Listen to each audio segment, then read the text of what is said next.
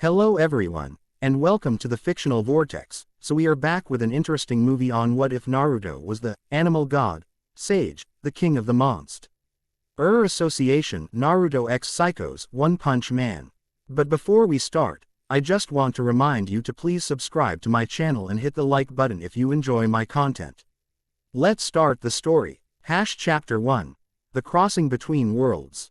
The ancient ruins of Uzushiogakure stood silent against the endless whisper of ocean waves. Naruto Uzumaki crouched among the moss-covered stones, his RS tracing symbols worn nearly smooth by centuries of salt air and storms. 6 months had passed since the end of the Fourth Great Ninja War, since he had saved the world and buried too many friends. Peace had settled across the shinobi nations like an uncomfortable new garment, necessary but strange against the skin of those who had known only conflict. Naruto had changed. The boyish exuberance remained in flashes, but his blue eyes held depths that hadn't existed before witnessing both the best and worst humanity could offer. His shoulders carried the invisible weight of expectations, Hokage in waiting, living legend, child of prophecy, titles that felt increasingly like chains rather than honors. "There's something here," he muttered, brushing aside debris from what had once been his mother's ancestral home. Something they wanted hidden. The spiral patterns beneath his fingertips pulsed with dormant chakra, responding to his bloodline in ways they would for no other. Naruto had come seeking connection to his roots, but found instead mystery buried beneath mystery.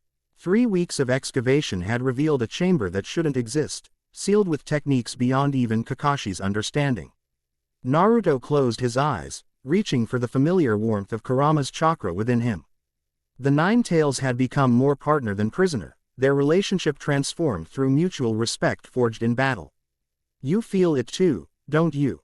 he asked internally. "Yes, the fox's voice rumbled through his consciousness. "This place remembers your blood. But there is something else. Something older than the tailed beasts themselves." A soft footfall behind him broke his concentration. He didn't need to turn to recognize who approached. Her chakra signature had become as familiar to him as his own. A gentle flame that had burned steadily for him when all other lights seemed extinguished. "Hinata," he acknowledged, still focused on the sealed doorway. You were returning to Konoha with the others." Hinata Hyuga stepped carefully among the ruins, her formal mission gear replaced by practical excavation clothes. Dust smudged her cheek, and her indigo hair was tied back practically.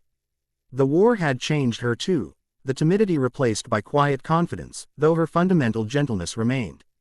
"I sent word to Lady Tsunade that you might need assistance," she said. Kneeling beside him, the activation of her Byakugan required no hand signs now, a testament to her growth. The veins around her eyes pulsed as she examined the sealed doorway. "This chakra pattern, it's unlike anything I've seen. The pathways fold into themselves, like origami made of energy." Naruto nodded. "The Uzumaki were seal masters, but this feels different. Older." Hinata's hand hovered near the stone. "There's a resonance pattern. It's responding to your chakra, but incompletely. As if it's waiting for something specific." They worked through the afternoon, the sun arcing overhead and beginning its descent toward the restless ocean. Naruto attempted various combinations of chakra, trying to match the frequency of the ancient seals. Frustration built in his muscles. The tension of almost but not quite success. "Wait," Hinata said suddenly, her Byakugan focused intensely. "When you channel Kurama's chakra through your right hand and your and through your left, did you see how the pattern shifted?" Naruto repeated the action, and indeed, the spiral carvings illuminated momentarily before fading again. "It's not just about power," he realized. "It's about balance, harmony between different energies." Something clicked in his mind, a memory of the Sage of Six Paths speaking of the original nature chakra, before the separation of human and tailed beast energies. Acting on intuition, Naruto closed his eyes and drew upon Sage mode, balancing the natural energy with his own chakra while simultaneously channeling Kurama's power. The stone beneath his palms grew warm. The spiral patterns illuminated, no longer fading but intensifying, spreading outward like ripples across the entirety of the sealed doorway.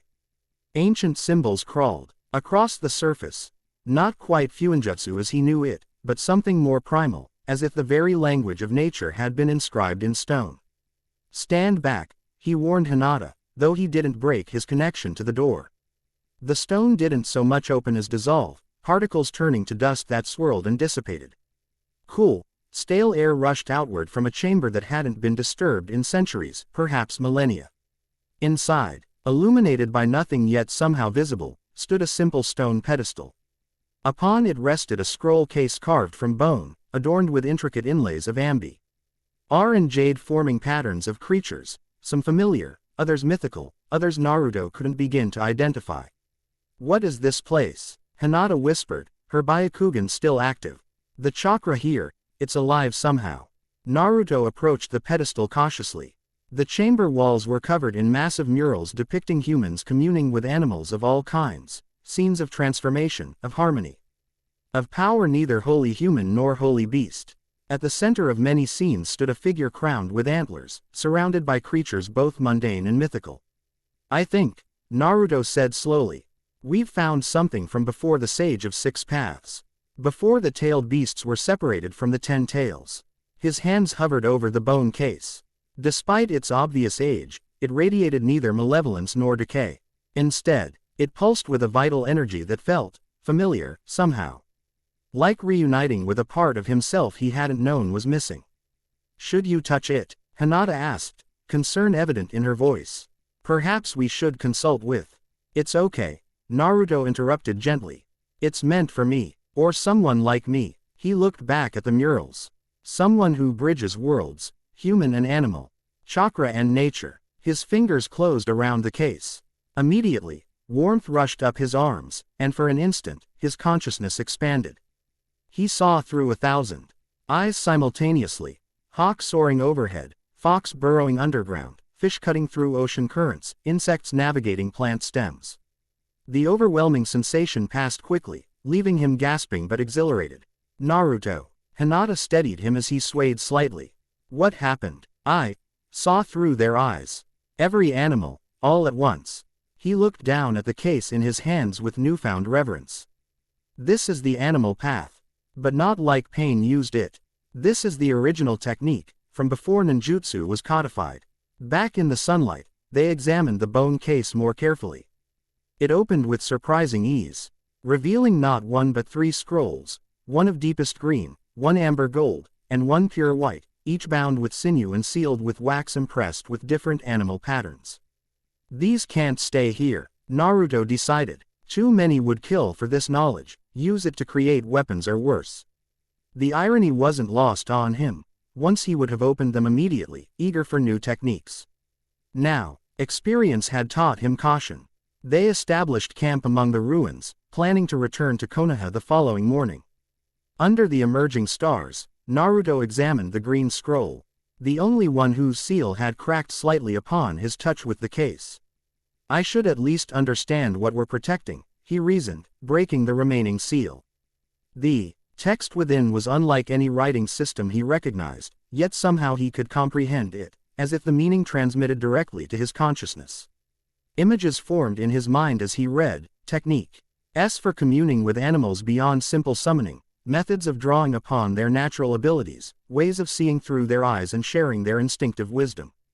This isn't about controlling animals, he told Hinata as she prepared their simple dinner.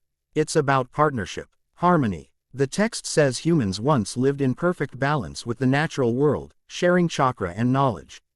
Hinata listened attentively, like the Inuzuka clan's relationship with their ninkin, but with all animals. Much deeper than that, more like, he searched for the right comparison, more like how Kurama and I share consciousness now, but without the struggle for control. Mutual benefit. He continued reading late into the night, absorbing the ancient wisdom. The scroll described meditation techniques to attune one's chakra to specific animal aspects, the patient stillness of the heron, the pack loyalty of wolves, the unrelenting persistence of ants. Unlike the sage mode he had learned from the toads, which drew upon natural energy broadly, this approach was more specialized, more intimate. When he finally slept, Naruto's dreams were vivid, running with wolves across endless plains, diving with dolphins through crystal waters, soaring with eagles above mountain peaks. He experienced each animal's unique perception of the world, their different ways of understanding and navigating reality. He woke before dawn, mind clear despite the limited sleep. Without disturbing Hinata, he moved to a flat stone overlooking the ocean and assumed a meditation posture. Following the scroll's instructions, he balanced his chakra differently than before, not seeking to draw energy in, but to attune his existing energy to the patterns of the natural world. The results were immediate and startling. His awareness expanded outward, touching the consciousness of every living creature within a wide radius. Unlike his sage sensing, which detected chakra signatures as abstract presences, this technique allowed him to experience the world through countless perspectives simultaneously: the guard fox patrolling the perimeter, fish swimming offshore, birds roosting in nearby trees, insects navigating the ruins. More remarkably, he could feel their awareness of him: curiosity, caution, indifference, each according to its nature. A fox approached, drawn by some recognition of kinship due to Kurama's presence. It sat before him, head tilted in assessment. "Hello, friend," Naruto whispered. The fox didn't respond with words, of course, but Naruto sensed its feelings: curiosity about this human who smelled of fox yet not fox, who radiated power yet posed no threat. On impulse, Naruto extended his hand, channeling a specific configuration of chakra as the scroll had described. A connection formed, not control, but communication. Images and sensations flowed between them. The fox sharing knowledge of safe dens and dangerous predators nearby, Naruto conveying reassurance and respect in return. So absorbed was he in this new connection that he nearly missed the subtle shift in the air, a tremor in the fabric of reality itself. Behind him, the chamber containing the pedestal began to glow with unnatural light. The amber scroll, still in its case, was pulsing with increasing intensity. "Hinata," he called, breaking his meditation. "Something's happening." She was already awake, Byakugan activated. "The chakra patterns are destabilizing. The second scroll, it's reacting to your technique." They rushed to the chamber, where swirling energy had formed a vortex above the pedestal. The amber scroll had unsealed itself, text flowing off the parchment to form complex three-dimensional patterns in the air. It's some kind of space-time technique, Naruto realized. The scroll wasn't just knowledge, it's a key. Quote, the vortex expanded, edges crackling with energy that made the hair on their arms stand on end. Through its center, they glimpsed another place, a barren landscape under red skies. Strange formations jutting from cracked earth. "We need to reseal it," Hinata said, moving forward cautiously. Naruto reached for the scroll, but upon contact, the vortex pulsed violently. The pull intensified, drawing loose stones and dust toward its center. He felt his own chakra being pulled in resonant patterns, as if the portal recognized and responded to him specifically. "It's not random," he shouted over the increasing roar. "It's taking me somewhere I'm meant to go." The chamber began to collapse as the vortex's power grew. Cracks spread across walls and ceiling, ancient stone giving way after millennia of stability. Naruto grabbed the remaining white scroll and the bone case, securing them in his pack. "We have to get out," Hinata cried, pulling at his arm. But Naruto stood transfixed, feeling something calling to him from beyond the portal, a purpose, a destiny he couldn't articulate but sensed with absolute certainty. "I have to go through," he said, voice steady despite the chaos. "This is why I found the scrolls." Hinata's grip tightened on his arm. "Then I'm coming with you." "No, it's too dangerous. I didn't follow you through war to abandon you now," she said firmly, her pale eyes reflecting the portal's light. "Whatever awaits, we face it together." The decision was taken from them as the chamber's ceiling collapsed. The vortex pulled them inexorably forward. Naruto wrapped his arms around Hinata protectively as they were drawn into the swirling energy. His last glimpse of their world was the ruins of Uzushiogakure crumbling into the sea, as if their departure had broken some final tether to the past. The transition was both instantaneous and eternal, a moment stretched beyond comprehension as they passed between realities. Naruto felt himself simultaneously compressed to infinite density and expanded across limitless space. Kurama's chakra flared protectively around them both, a cocoon of familiar energy in the chaotic between space. They emerged falling, tumbling through hot, dry air toward a barren landscape. Naruto twisted midair, positioning himself beneath Hinata before forming a cross-shaped hand seal. Multi-shadow clone jutsu. Dozens of clones appeared below them, creating a cushioning mass that absorbed the impact of their fall. As they regained their footing, the clones dispelled, returning their accumulated perceptions to Naruto's consciousness. They stood in a wasteland of red clay and twisted rock formations. The sky above hung low and crimson, as if permanently fixed at sunset.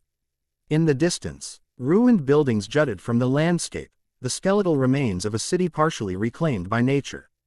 "Where are we?" Hinata whispered, activating her Byakugan. "I don't recognize any landmarks." Naruto closed his eyes, extending his senses outward as he had learned from the scroll. Immediately, he recoiled from the input. The animals here felt different. Their consciousness carried unfamiliar patterns, many radiating a strange mixture of animal instinct and something almost human. "This isn't our world," he said with certainty. "The chakra here feels different, wilder, less structured. And the creatures," he turned, sensing movement before seeing it. "We're not alone." From behind rock formations emerged beings that defied easy categorization, partially humanoid but with animal features prominently displayed. A creature with crab-like pincers for arms clicked menacingly. Behind it, something resembling a bipedal wolf snarled, saliva dripping from elongated fangs. Others appeared, a dozen. Then 24 monstrous forms surrounding them in a tightening circle. "Humans," hissed the crab creature. "Hero Association spies." "No," Naruto replied calmly. "We're travelers. We mean no harm." The wolf creature snorted derisively. "Lies. Humans only come to monster territory to hunt us." Hinata shifted into a gentle fist stance, veins bulging around her eyes as she prepared to defend them. But Naruto placed a hand on her shoulder, stepping forward instead. "We're not from your world," he explained. "We arrived through a portal, seeking knowledge." This gave the creatures pause. They conferred among themselves in harsh whispers, occasionally casting suspicious glances at the newcomers. Finally, a new figure pushed through their ranks, taller than the others, with the upper body of a woman but the lower half resembling a centipede. Her eyes held intelligence and calculation. "A portal?" she asked, voice smoother than her companions. "Show us where." "It closed behind us," Naruto said truthfully, "but I may be able to reopen it eventually." He opened his pack slightly, showing the white scroll still secured within. "This knowledge isn't from your world." The centipede woman moved closer, studying them with unsettling intensity. "You possess power," she stated. "I can sense it, not like the heroes here. We are shinobi," Hinata explained, relaxing her stance slightly but remaining vigilant. "Ninja from the Hidden Leaf Village." This meant nothing to their audience, but the admission of power seemed to shift the dynamic. The monsters remained wary but now appeared more curious than hostile. "The association should know about this," the centipede woman decided. "You will come with us." "Association?" Naruto questioned. "The Monster Association," she replied with something like pride. "Our collective, our strength against human persecution." Naruto exchanged glances with Hinata. This was an unexpected development, but perhaps their best chance to learn about this strange world. "We'll come peacefully," he agreed. "But as guests, not prisoners." The monsters led them through the wasteland, following paths invisible to untrained eyes. As they traveled, Naruto extended his awareness subtly, connecting with the consciousness of birds overhead to gain a broader perspective of their surroundings. The landscape stretched miles. Abandoned urban areas intermixed with barren wilderness, all tinged with the same reddish hue. "This place," he whispered to Hinata as they walked. "It feels wounded somehow. The natural energy is turbulent, unbalanced." She nodded. "The creatures here, my Byakugan shows strange chakra networks, like they've been artificially enhanced or modified." After an hour of travel, they approached what had once been a major city. Now it stood largely abandoned, buildings crumbling from apparent disaster or conflict. Their guides led them to a massive complex of underground tunnels accessed through a partially collapsed subway station. The underground labyrinth extended far deeper than seemed possible, level after level descending into darkness illuminated by sporadic emergency lighting and bioluminescent growths. Monsters of every conceivable configuration roamed these halls, some nearly human with minor mutations, others barely recognizable as anything that had once been natural. Eventually, they were brought to a vast chamber that might once have been a subway terminal. Now it served as some kind of gathering place. Dozens of monsters turned to observe their arrival, hostility and curiosity mingling in equal measure. At the chamber's center, a throne-like chair had been constructed from salvaged materials. Upon it sat a figure of imposing presence, humanoid but with reptilian features. Scales glinting in the dim light. Gyoro, the centipede woman addressed the throne. We found these strangers in the outer territory. They claimed to have arrived through a portal from another world. The seated figure leaned forward, multiple eyes focusing on them with disturbing intensity. Interesting. I sense significant power, especially from the male. The voice was oddly modulated, as if spoken through some filter. Your names, travelers. Naruto Uzumaki, he replied without hesitation. And this is Hinata Hyuga. We are shinobi from Konohagakure. A ripple of murmurs spread through the assembled monsters at his fearless response. Most intruders, they were clearly accustomed to showing terror or desperate aggression. Another world, Gyoro mused. With its own power systems. This could be valuable information. The creature gestured to subordinates. Take them to containment for further questioning. We need to understand the full extent of their capabilities. Several larger monsters moved forward menacingly. Naruto remained calm, but Hinata tensed beside him. We came willingly as guests, Naruto reminded them. Not as prisoners to be contained. Gyoro made a sound that might have been laughter. This is not a diplomatic meeting, human. This is the Monster Association. Your cooperation is irrelevant. Your knowledge and power will serve our purposes one way or another. Naruto sighed. Some dynamics, it seemed, were universal across worlds. He exchanged a glance with Hinata, who nodded almost imperceptibly. I'd prefer to avoid conflict, he said, hands casually at his sides. But we won't be imprisoned. The approaching monsters hesitated, sensing something dangerous in his quiet confidence. Gyoro leaned forward. You are outnumbered hundreds to one. In the heart of our territory. What choice do you have? Naruto smiled slightly. I always have choices. Golden chakra flickered to life around him, illuminating the chamber with warm light that contrasted sharply with the predominant gloom. And I choose respect over intimidation. The sudden manifestation of power caused many monsters to back away instinctively. Kurama's chakra radiated from him in controlled waves, not attacking, but establishing an unmistakable presence. What is this energy? Gyoro demanded, multiple eyes widening. This is unlike any Esper power I've encountered. Where I come from, we call it chakra, Naruto explained. This particular form belongs to my partner, Kurama, the nine-tailed fox. At the mention of nine-tailed fox, a noticeable reaction rippled through the assembled monsters. Many of the more animalistic ones seemed to respond instinctively to the presence of an apex predator's energy. Hinata activated her Byakugan, the veins around her eyes bulging prominently. There are 347 monsters within attack range, she informed Naruto calmly. None appear to possess chakra networks like ours, though. Many have energy signatures that suggest considerable power. Their display had the intended effect. The aggressive approach halted as uncertainty spread through the monster ranks. Even Gyoro seemed to recalculate the situation. Perhaps, the creature conceded, we began incorrectly. Let us discuss your arrival more collegially. Before further negotiation could occur, an alarm blared through the underground complex. Monsters scattered in organized patterns, taking up defensive positions with practiced efficiency. Heroes, someone shouted from a tunnel entrance. S-class hero detected entering territory. Gyoro rose from the throne. Containment Protocol Epsilon. All dragon-level threats to intercept. Tiger and wolf levels fall back to secondary positions. In the resulting chaos, a monster with a communication device reported, it's Metal Bat. He's already breached the upper levels, destroying everything in his path. Naruto observed the panic with interest. The heroes appeared to be this world's equivalent of powerful shinobi, though the monster reaction suggested a relationship of pure antagonism rather than the complex politics of his world's hidden villages. We can help, he offered suddenly. Gyoro's multiple eyes swiveled toward him. Why would you assist monsters against a human hero? I'm not taking sides in your conflict, Naruto clarified. But I won't stand by while someone destroys potential allies indiscriminately. If this hero is willing to talk, I'll make sure no one gets hurt. If not, he shrugged, I'll contain the threat without unnecessary casualties. The monster leader seemed to consider this unexpected offer. Very well, show us what powers your world has produced.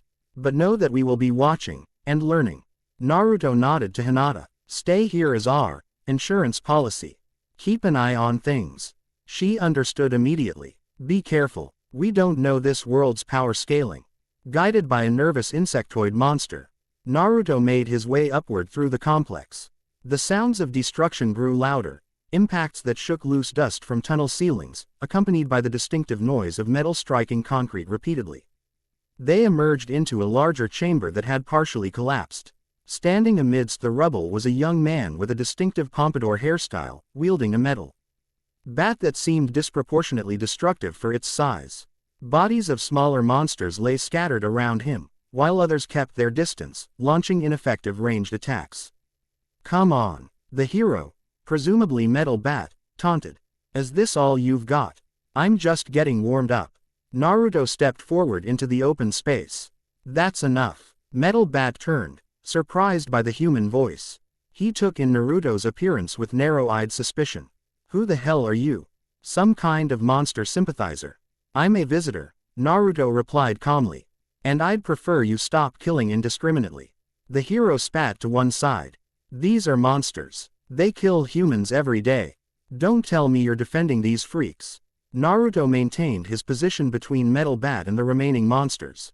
I'm preventing unnecessary violence. There's a difference. Metal Bat twirled his weapon with impressive dexterity. Stand aside or get treated like the rest of them. Hero associations. Got clear protocols on monster sympathizers.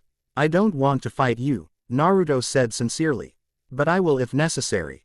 The hero's response was immediate and aggressive, a charge forward with surprising speed.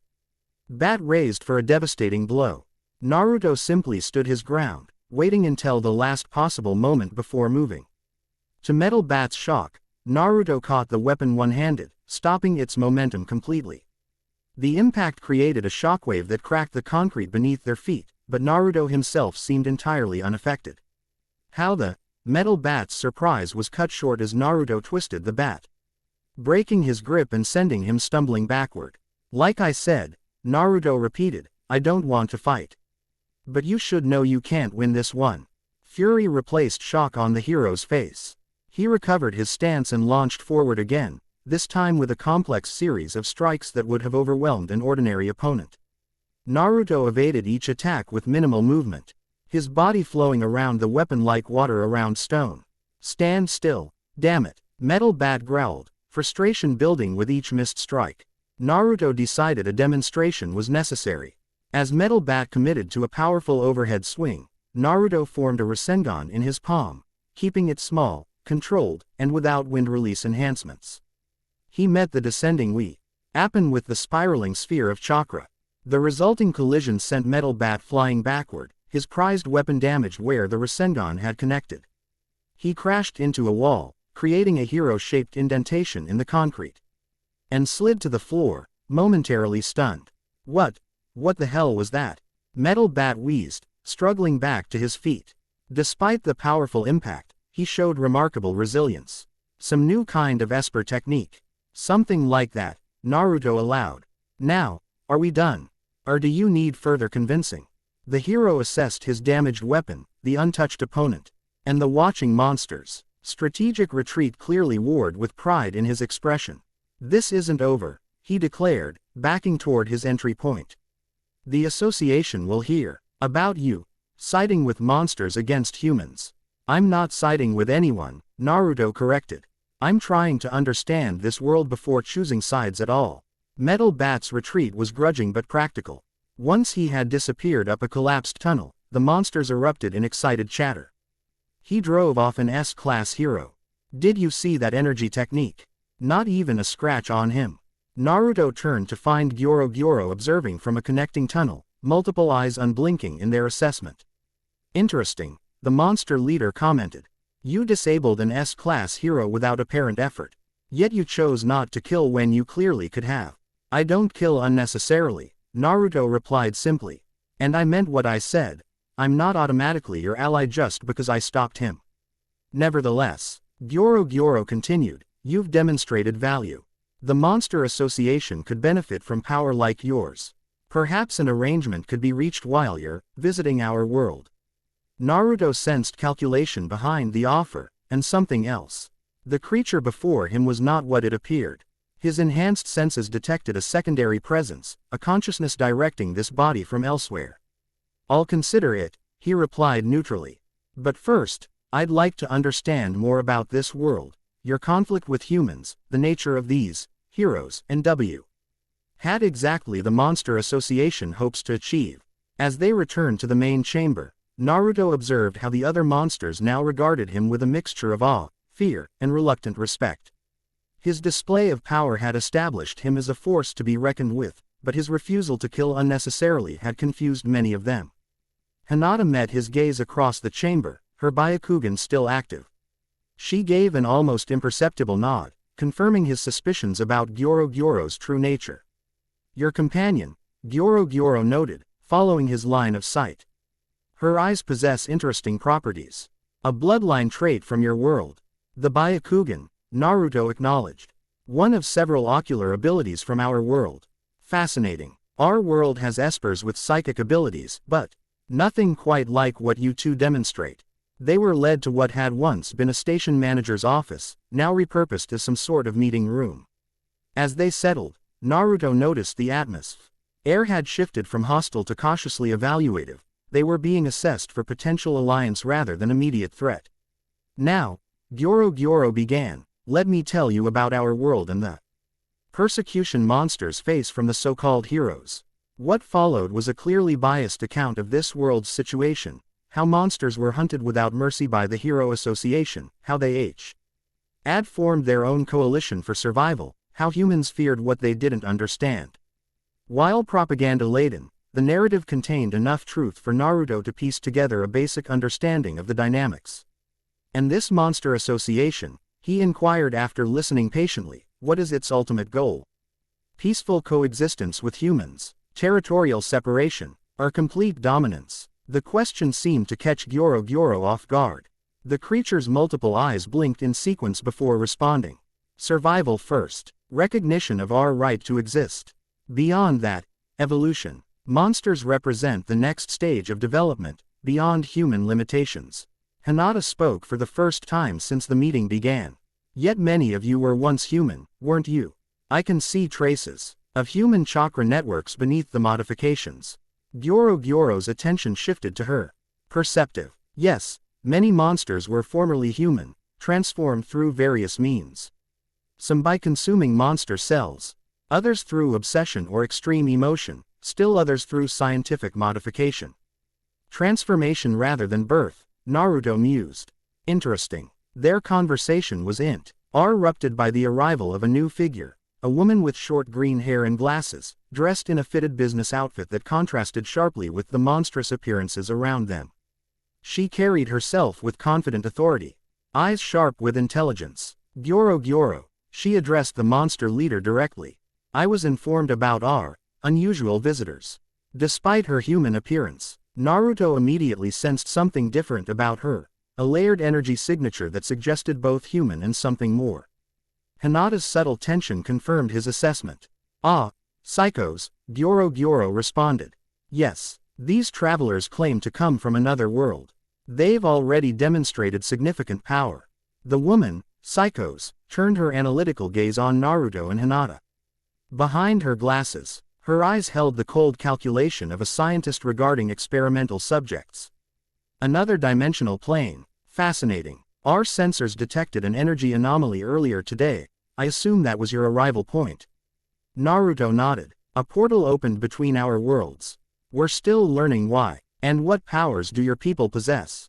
She asked directly. That golden energy you manifested against Metal Bat. Our observers reported it was unlike any Esper ability we've documented. Naruto considered how much to reveal. This woman clearly held significant authority despite her human appearance, and her interest seemed more scientific than strategic. In our world, we harness an energy called chakra, a combination of physical and spiritual energy. Mine is augmented by a partnership with a powerful entity. Partnership. Psykos raised an eyebrow. Not possession or parasitic relationship. Kurama is no parasite, Naruto replied with a hint of steel in his voice. We are equals. This seemed to intrigue her further. May I observe this energy more directly? Naruto exchanged glances with Hinata, who gave a subtle nod, cautious agreement. Briefly, he conceded, closing his eyes. The golden chakra cloak manifested around him, illuminating the dim room with warm light. Unlike his battle-ready manifestations, this was controlled and contained, just enough to demonstrate without threatening. Psykos's eyes widened perceptibly. She reached into her pocket for what appeared to be a scientific instrument, which she held toward the energy field surrounding Naruto. Extraordinary, she breathed, studying readings. The energy output exceeds S-class hero levels, but with a harmonic pattern completely unlike Esper waves. And you can control this power at will. With practice and respect, Naruto affirmed, allowing the cloak to fade. It's not about domination but cooperation. Something flashed across Psykos's expression. Skepticism, perhaps, or disagreement with the philosophy. But it vanished quickly behind professional interest. Your presence here could be extremely valuable to our research, she said. The Monster Association has been studying the evolution of power, the transcendence beyond ordinary limitations. Your different approach could provide new insights. Naruto sensed the underlying current in her words. You mean weapons development, ways to defeat these heroes more effectively. Psykos smiled thinly. Applied research has many potential outcomes. Self-defense is certainly one priority. We're not interested in becoming weapons, Hinata stated firmly. For either side in a conflict we barely understand. Of course not, Psykos agreed too readily. But surely scientific understanding benefits everyone. Knowledge exchange between different worlds, think of the possibilities. Before Naruto could respond, an alarm sounded again, different in tone from the previous warning. Gyoro immediately rose. The perimeter sensors, the creature explained. Something massive approaches from the northeast quadrant. The Hero Association again, Naruto asked. No, Psykos replied, checking a communication device. Different signature. Likely a rogue monster, one not affiliated with the association. Gyoro turned to Naruto. Another opportunity to demonstrate your abilities, perhaps. Our forces are still regrouping from the hero incursion. Naruto recognized the manipulation attempt but was genuinely curious about this world's threats. I'll investigate. Hinata, I'll accompany you, she said firmly.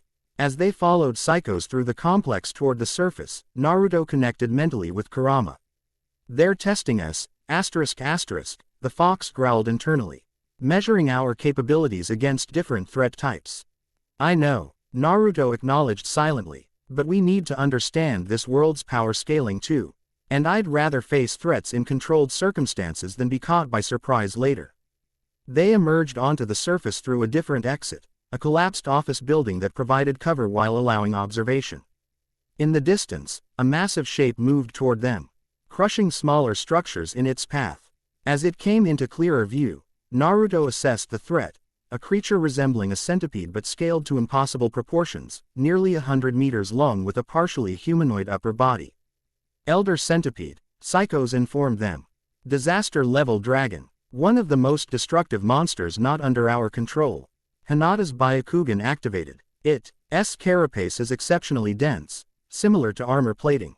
And its size. Impressive, isn't it? Psykos remarked, watching their reactions. Few S-class heroes can face it directly. It regenerates damage and grows stronger after each molt. Naruto stepped forward, assessing the approaching monster dispassionately. What's its goal? Why attack here? Territory, perhaps, Psykos suggested. Quote, or it senses powerful presences, like yours. Apex predators often challenge each other instinctively.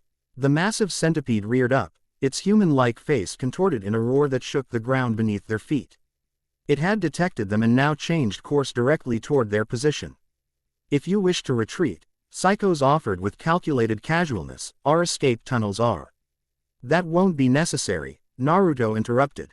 He turned to Hinata. Stay with her, I'll handle this. Before either woman could respond, he leapt forward with chakra-enhanced speed, covering hundreds of meters in seconds.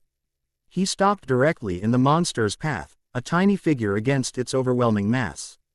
The elder centipede paused, seemingly confused by the small creature that dared to challenge it directly. Then it lunged forward, massive mandibles wide enough to swallow cars snapping toward Naruto. He didn't dodge. Instead, he raised one hand, chakra cloak materializing around him instantaneously. The golden energy expanded outward, forming a massive spectral hand that caught the centipede's head mid-strike, stopping its momentum completely. From her observation point, Psykos gasped audibly.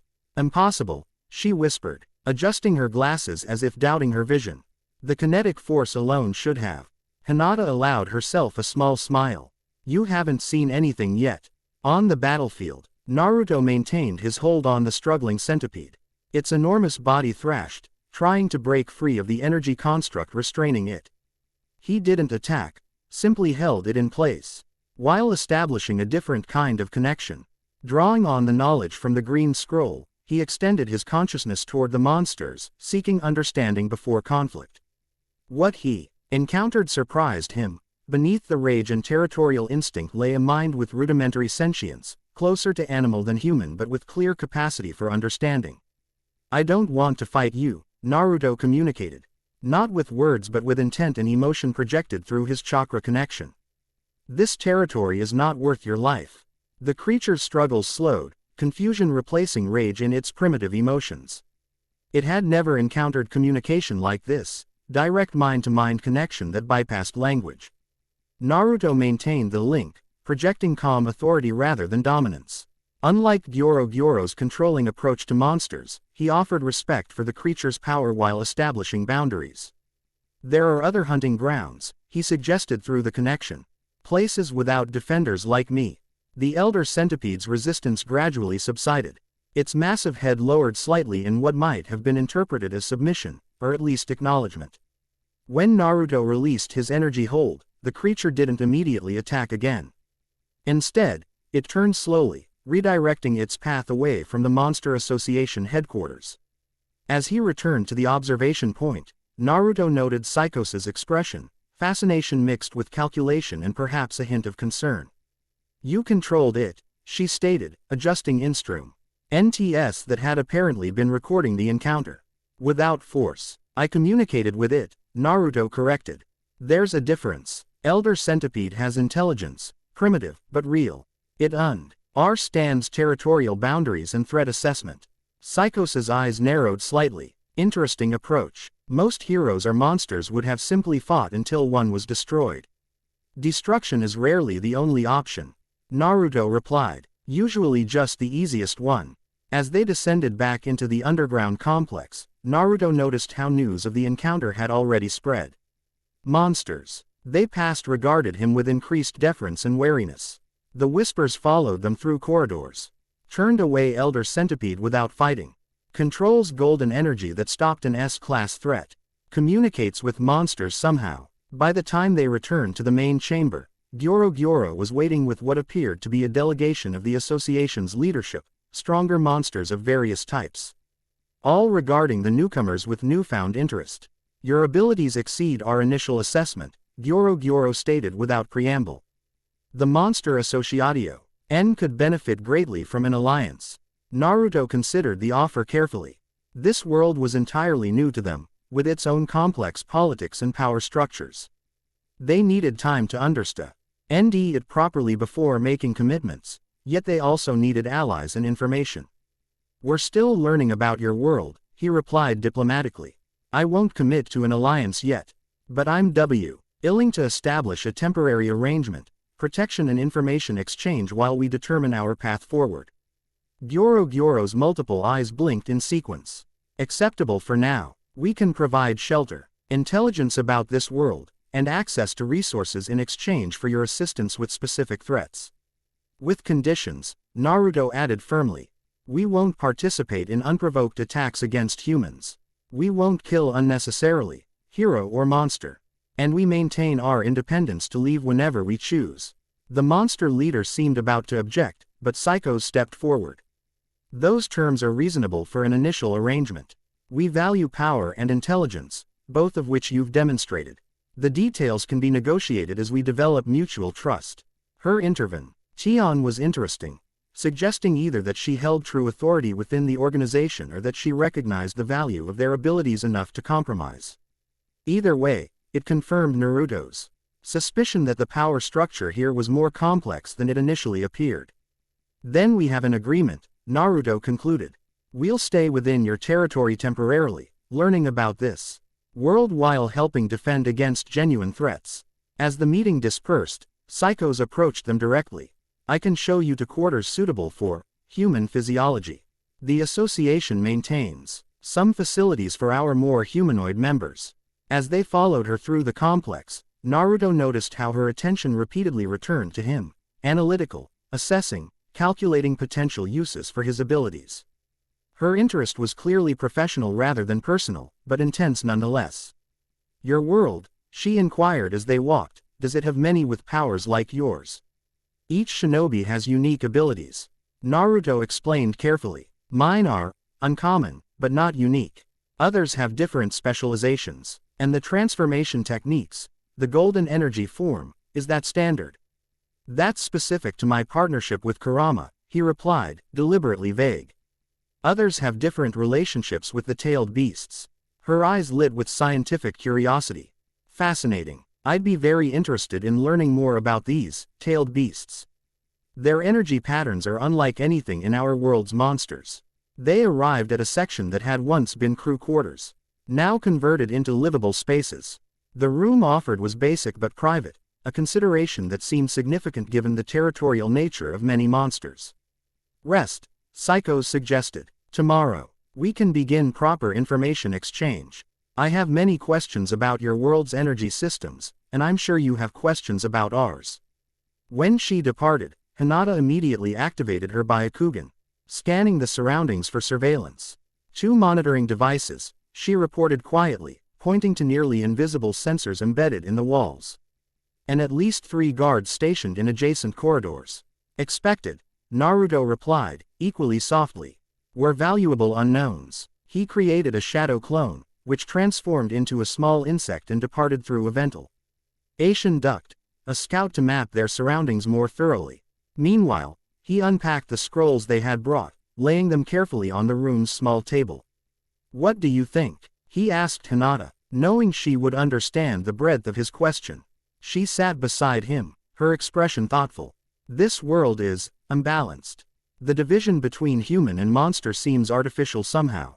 My Byakugan shows similarities in their core energy patterns despite the physical differences. Naruto nodded. I sense the same when connecting with Elder Centipede. There's a common foundation beneath the transformations. The Monster Association is hiding things, she continued.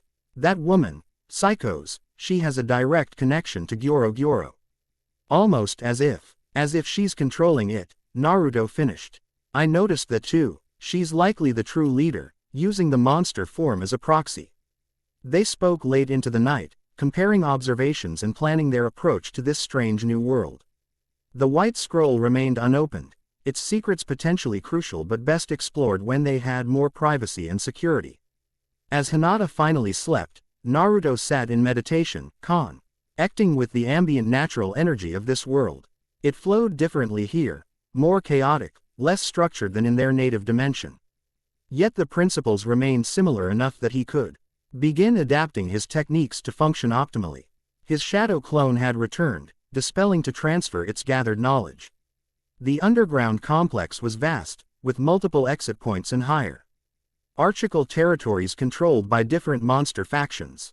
The association was larger than it first appeared, a genuine organization with structure and purpose, not merely a collection of threats. Most importantly, he had sensed others watching him from the shadows, beings of significant power who hadn't shown themselves during the initial meetings. This monster association had depths they were only beginning to glimpse. Morning brought Psykos to their door, carrying what appeared to be food appropriate for humans, a consideration that suggested either hospitality or the desire to maintain valuable assets. I trust you rested well, she inquired, her tone professionally cordial. Today I hoped we might discuss your energy manipulation techniques in more detail. Our research division has prepared a testing facility where you could demonstrate safely. Naruto exchanged glances with Hinata. This was expected. They would want to measure and understand his abilities. The question was how much to reveal, and what to keep in reserve. I'm willing to demonstrate some basics, he agreed carefully. But first, I'd like to understand more about this world's power systems. These espers you mentioned, and the heroes who oppose you. Understanding the context will help me explain our abilities more accurately. Psykos seemed pleased by the request.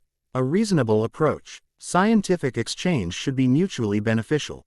She adjusted her glasses. Perhaps we should begin with the fundamental difference between heroes and monsters in our world.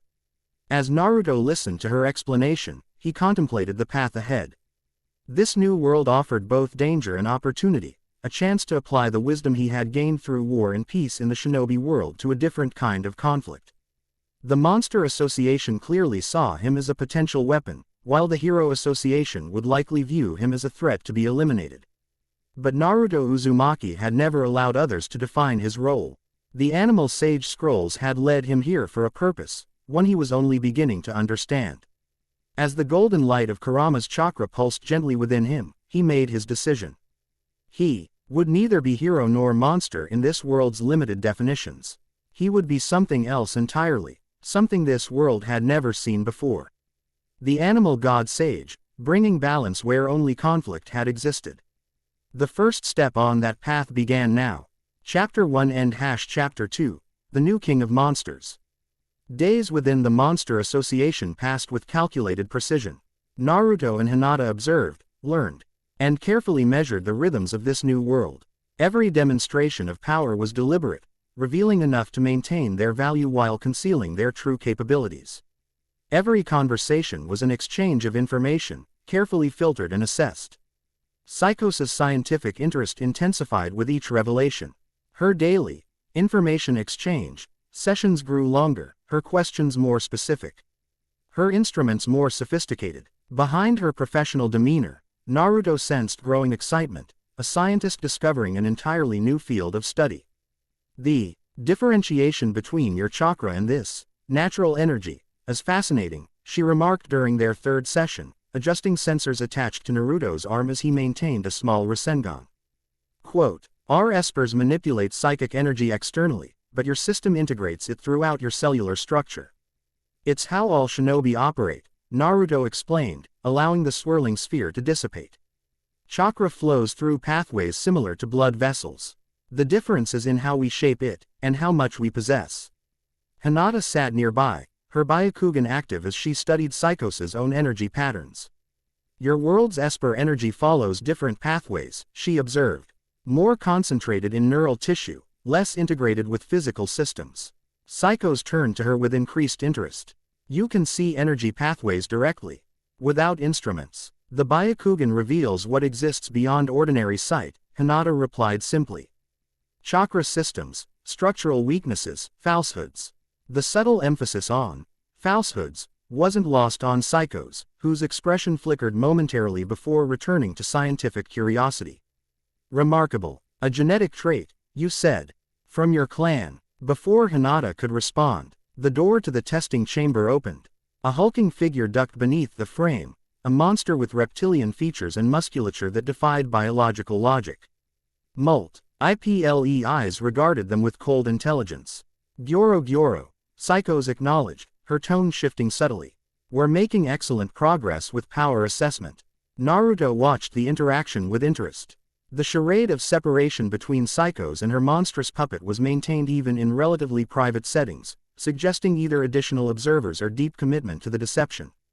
The council requests a demonstration, Gyoro stated. The full extent of our visitors' capabilities. Psykos frowned slightly. We're still establishing baseline measurements. Premature demonstration could. Not a request, the monster interrupted. Lord Orochi himself wishes to observe. The name created immediate tension. Naruto had heard it whispered among the association's monsters, their true leader.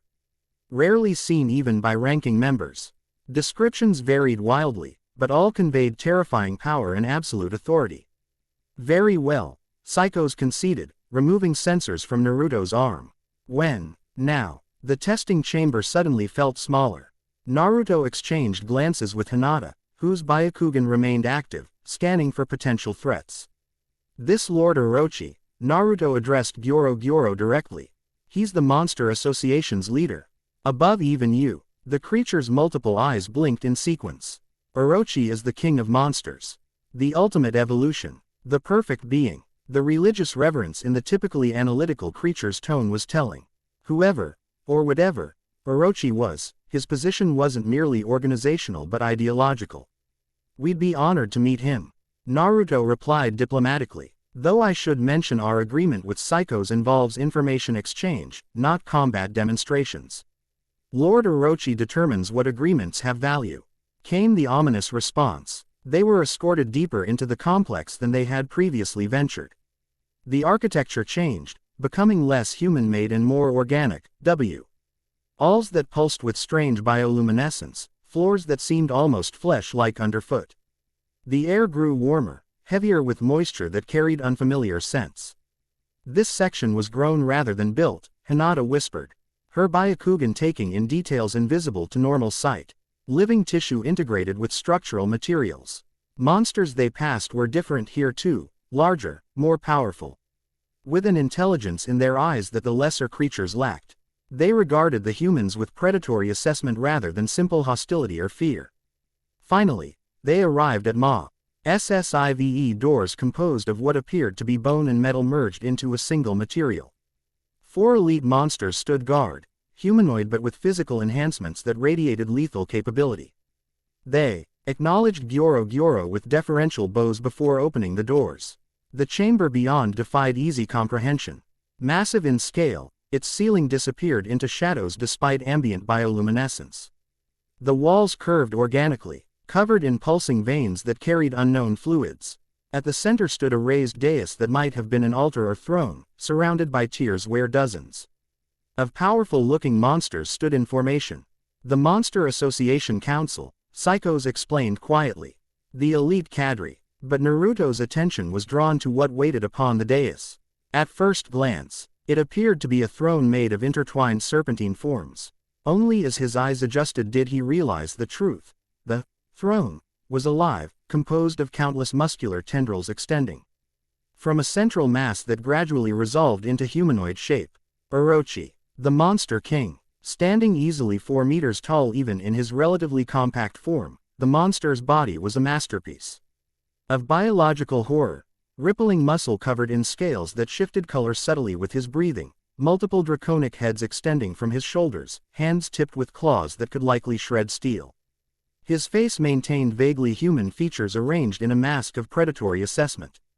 So, the Monster King spoke, his voice resonating with harmonics that made the chamber itself vibrate. These are the dimensional travelers. Quote, Naruto stepped forward confidently. I am Naruto Uzumaki. This is Hinata Hyuga. We appreciate your hospitality while we learn about your world. Orochi's EY's reptilian slits glowing with internal fire, narrowed slightly. You speak as equals. Interesting. The monster shifted, tendrils rearranging as he leaned forward. Gyoro reports impressive abilities. Abilities that defeated an S-class hero and turned away Elder Centipede without combat. The chamber filled with murmurs at this reminder. Clearly, Naruto's exploits had grown in the telling. I prefer avoiding unnecessary conflict, Naruto replied evenly. But I'll defend myself and others when needed. Noble sentiments, Orochi said, the words containing subtle mockery. Yet power without purpose is merely potential. What purpose do you serve, traveler? The question carried weight beyond simple inquiry. It was a challenge of philosophy, of allegiance, of worldview. I serve balance, Naruto answered truthfully. I've seen what happens when power exists without wisdom to guide it. Destruction benefits no one in the end.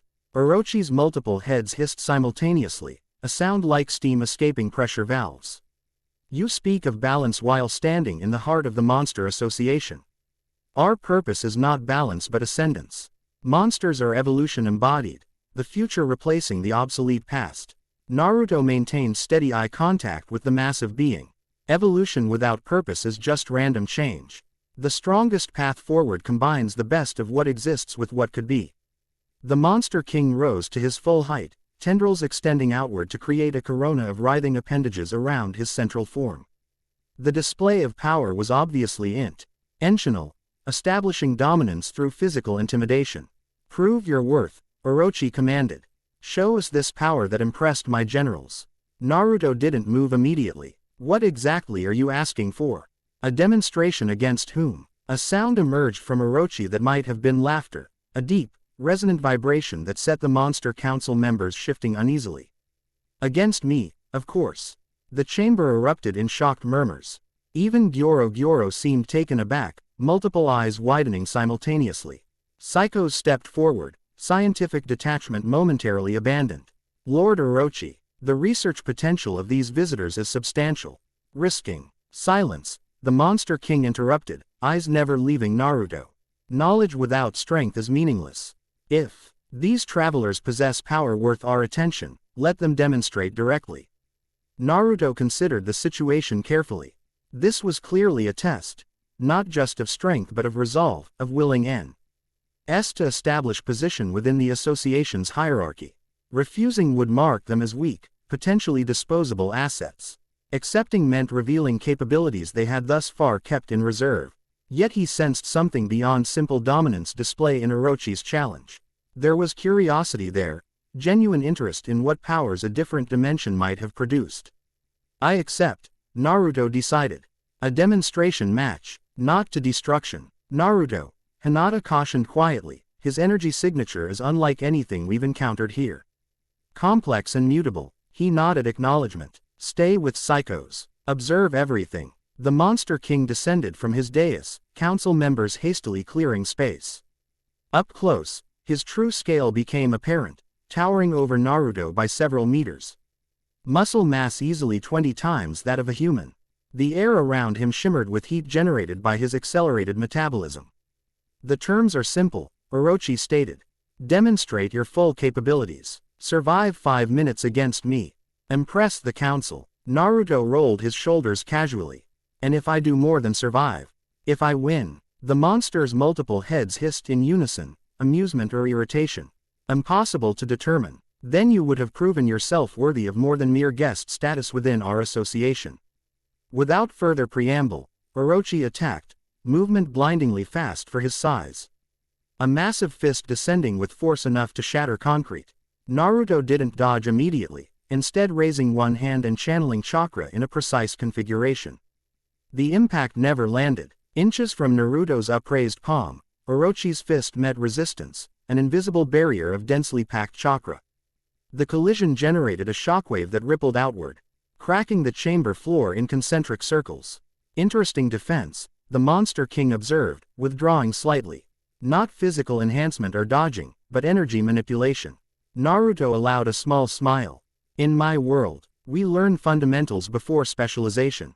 Orochi's next attack came from multiple angles simultaneously, tendrils shooting forward like spears while his main form charged directly. Naruto finally moved, body flickering with Shunshin speed that left afterimages. He reappeared behind Orochi, hands forming seals with practiced efficiency.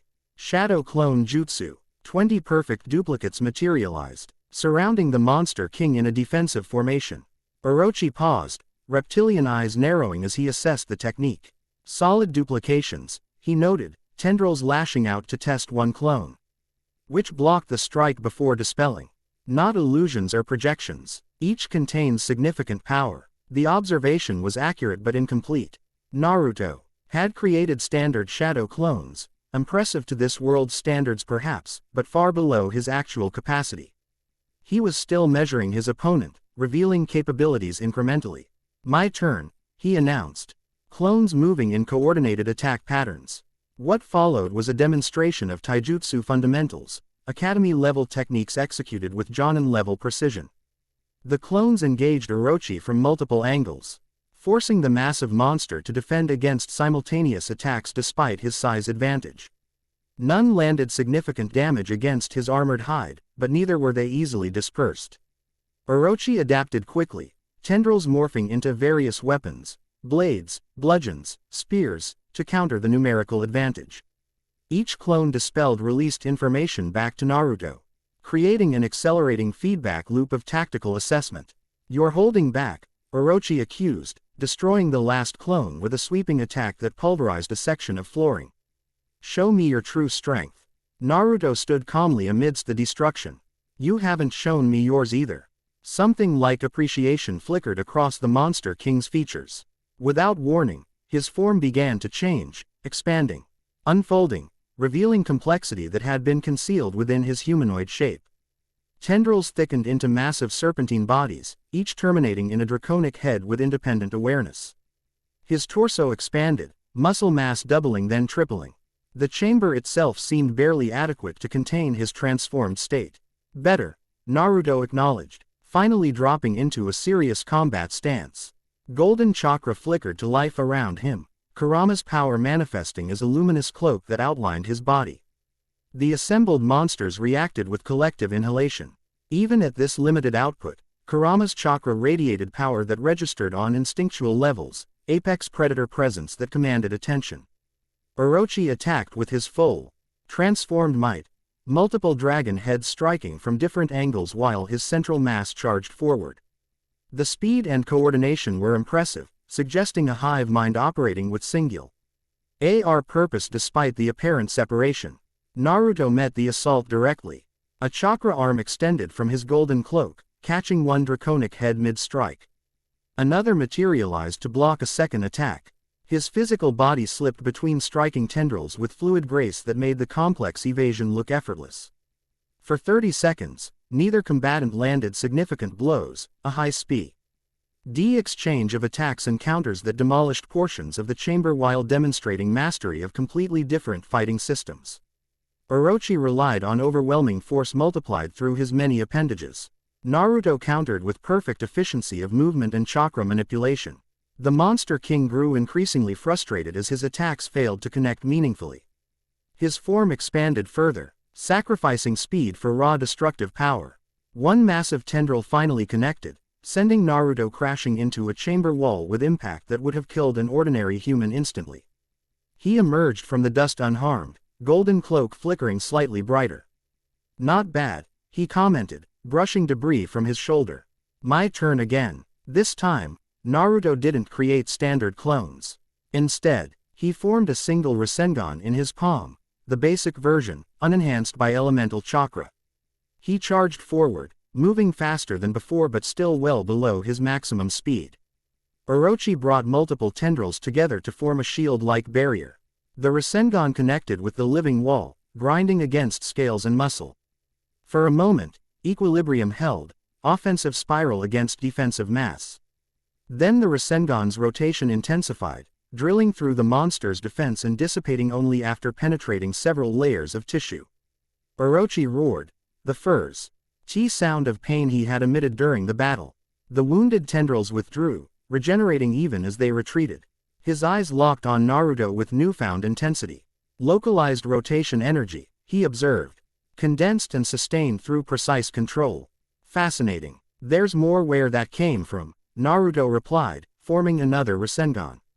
This one, however, he began to infuse with wind nature, the sphere growing larger, taking on visual characteristics of a shuriken as wind blades extended outward. Orochi recognized the escalation. Without warning, his jaws opened wide, impossible.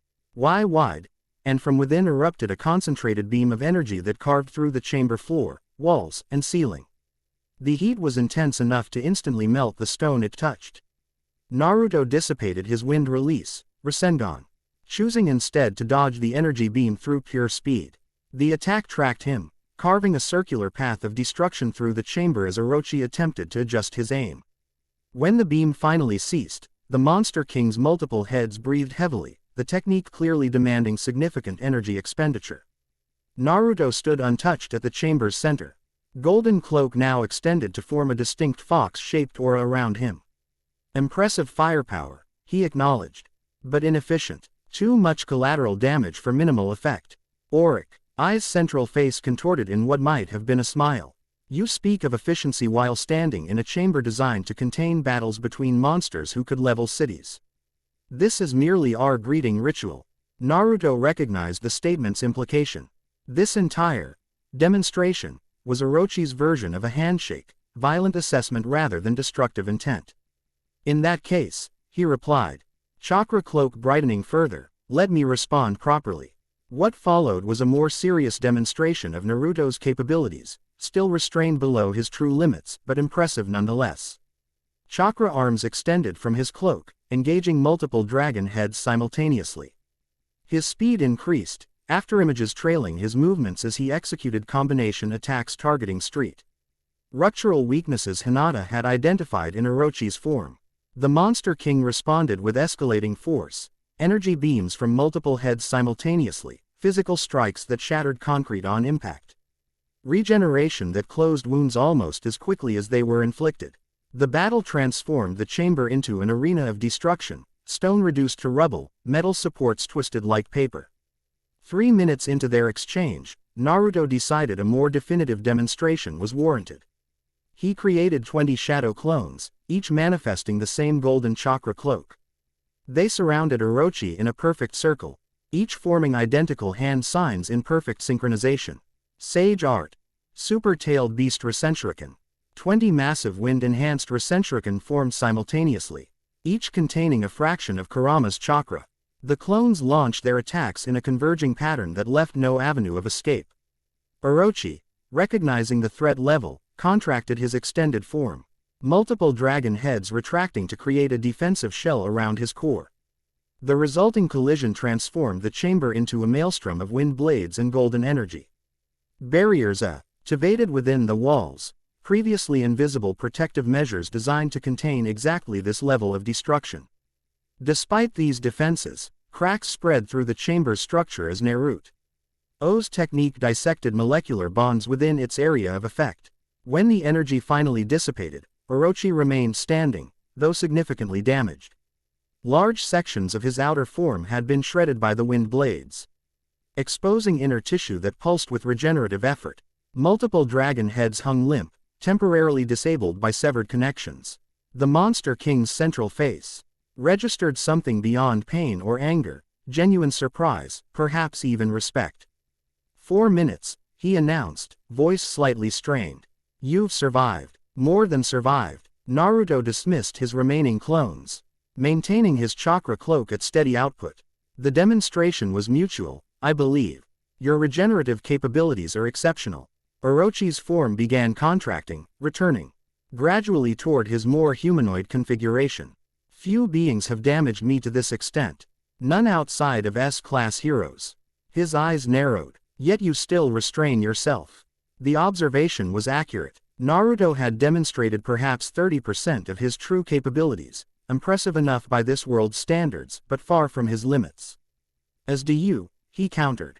Those energy beams could have been narrower, more focused. Your regeneration prioritized speed over structural integrity. You were measuring me as much as I was measuring you. Actual laughter rumbled from Orochi's multiple throats, genuine amusement rather than mockery. Perceptive. Most opponents only register the overwhelming force, not the technique behind it. The 5-minute mark passed unacknowledged by either combatant. The demonstration had evolved beyond simple testing into something approaching mutual respect between warriors. Orochi settled back into his more compact form, though still easily 3 times Naruto's height. You've earned more than guest status, dimensional traveler. The question becomes, what position suits your capabilities? The question hung in the air as Hinata and Psykos approached from the chamber's periphery. The Monster Association Council remained in their tiered positions, many showing visible signs of awe or calculation after witnessing the exchange of power. Lord Orochi, Gyoro interjected, multiple eyes blinking rapidly. Perhaps further assessment is needed before. No, the Monster King interrupted. I've seen enough to recognize quality. His gaze remained fixed on Naruto. You fight with purpose and restraint, yet possess destructive potential exceeding most S-class threats. Your presence significantly alters our strategic position against the Hero Association. Naruto allowed his chakra cloak to fade, returning to his normal appearance. I haven't agreed to fight your war. My interest remains understanding this world, not conquering it. Understanding requires position. Orochi countered. Perspective. You cannot comprehend the conflict between monsters and humans as a neutral observer. The statement contained truth Naruto couldn't dismiss. His approach to peace in the shinobi world had required understanding all perspectives, from cage to civilian, from tailed beast to ancient deity. True comprehension demanded immersion. "What position did you have in mind?" he asked carefully. Orochi's response was unexpected in its directness. "Challenge me for leadership of the Monster Association." The chamber erupted in shocked exclamations. Council members shifted anxiously, many looking to Gyoro for explanation or contradiction. Even Psykos seemed genuinely surprised, her scientific composure momentarily abandoned. "Lord Orochi," Gyoro began. "This is unprecedented. The association structure, as evolutionary," Orochi completed. "The strongest leads. That is our fundamental principle." His gaze remained locked on Naruto. "You possess power worthy of consideration. More importantly, you possess perspective our organization currently lacks." Naruto considered the offer carefully. Leadership of the Monster Association would provide immediate access to information, resources, and influence within this world's power structure. It would also place him directly in opposition to the Hero Association. A commitment to one side of a conflict he still didn't fully understand. Yet he sensed something beyond simple power dynamics in Orochi's offer. The Monster King's assessment contained nuance that suggested deeper motivations than appeared on the surface. "Why offer this?" Naruto asked directly. "You've ruled unchallenged until now, from what I understand. What changes with my arrival?" Orochi's multiple heads shifted, creating a rustling sound like scales sliding against each other. "The Monster Association approaches a critical juncture. Our conflict with the Hero Association escalates toward inevitable confrontation. Victory requires more than simple strength, it requires strategic innovation. And you believe I provide that. You demonstrated capabilities our world hasn't produced. Techniques founded on principles unfamiliar to both heroes and monsters." Orochi's central face formed what might have been a smile. "More importantly, you view power differently than most who possess it." The assessment was surprisingly insightful, recognizing aspects of Naruto's philosophy that extended beyond combat capability. He glanced toward Hinata, whose subtle nod conveyed her thought. The offer contained both opportunity and complication, but aligned with their need to establish position within this world's structure. "If I accept this challenge," Naruto said carefully, "it would be with conditions. The association's purpose and methods would change under my leadership." "Naturally," Orochi agreed, seeming unsurprised. "Evolution isn't mere continuation. It's adaptation, improvement, transformation." His massive form shifted, tendrils retracting further as regeneration completed. "The question is whether your vision for the association would strengthen or weaken our fundamental position." The chamber had grown absolutely silent, council members hanging on every word of this unprecedented exchange. Gyoro remained unusually still, multiple eyes fixed on Naruto with unreadable intensity. "My vision would be balance," Naruto stated clearly. "Not endless conflict or domination, but equilibrium between powers. Monsters and humans have more in common than either side acknowledges." A low murmur spread through the council at this controversial statement. Orochi, however, showed no immediate rejection of the concept. "Interesting perspective," the Monster King acknowledged, though one that would face resistance from both sides. He straightened to his full height. "The challenge remains open. Consider it while you continue learning about our world. And you're ready. If you're ready, we will conduct a formal leadership trial before the full association." The meeting concluded shortly afterward, council members dispersing with urgent whispers and speculative glances. As they exited the damaged chamber, Psykos fell into step beside Naruto and Hinata, her scientific detachment replaced by barely contained excitement. "That was unprecedented," she stated, adjusting her glasses. "Lord Orochi has never acknowledged any being as a potential equal, let alone successor."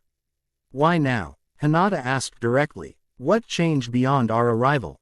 Psykos hesitated, calculation visible behind her eyes as she determined how much to reveal. "The association approaches critical mass in its conflict with the heroes. Our intelligence suggests they're developing new weapons specifically designed to counter monster physiology. And you need fresh approaches," Naruto completed the thought. "Strategies they haven't prepared for." "Precisely." Psykos studied him with renewed interest. "Your energy manipulation techniques operate on principles our world's physics hasn't explored. The heroes have no established countermeasures. They reached a sectee on of the complex that appeared to serve as Psykos' private laboratory, equipment far more sophisticated than their earlier testing chamber. Monitors displayed data from the recent battle, analyzing energy signatures and movement patterns from multiple angles. Your combat with Orochi revealed exponentially more about your capabilities than our controlled tests, she explained, gesturing toward the displays. The harmonics of your energy field suggest dimensional properties beyond standard three-dimensional manifestation.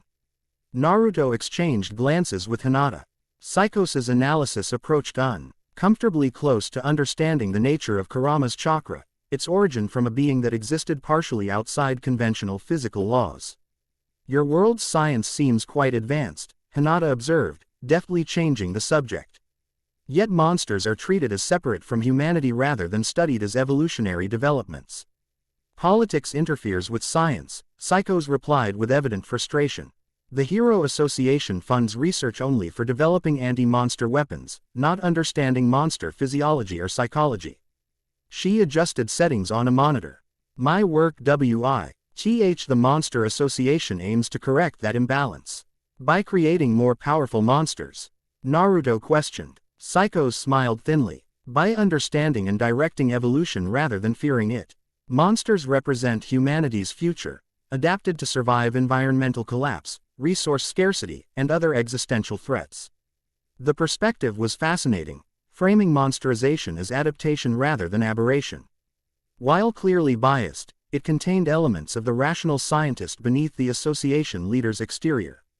This challenge Orochi proposed, Naruto redirected. What exactly would it entail? Combat to submission, Psykos replied immediately. Not necessarily death. Orochi values potential rather than wasting it. But a definitive demonstration of superiority before the association's membership. Her eyes focused intently on Naruto. You held back significantly during your demonstration, didn't you? He neither confirmed nor denied, instead asking another question, and if I won? Would the association actually accept outside leadership? Monsters respect strength above all else, she stated. Prejudice exists. Certainly, many view humans as inherently inferior. But your powers already place you in a category they don't register as, merely human, regardless of your appearance. Further conversation was interrupted by an alert on Psykos' communication device. Her expression tightened as she reviewed incoming information. It seems word of your demonstration has spread faster than anticipated, she noted. One of our more independent executives wishes to assess you personally. Quote, the laboratory door opened without announcement. A female figure entered, humanoid in general shape but with distinctive monstrous modifications. Pale skin contrasted with black sclera surrounding golden irises. Her outfit resembled leather bondage gear, complete with heart-shaped chest cutout and thigh-high boots. A horned mask covered the upper portion of her face, and a barbed whip hung coiled at her hip. Psykos acknowledged, her tone suggesting professional tolerance rather than warmth. I don't recall scheduling a meeting.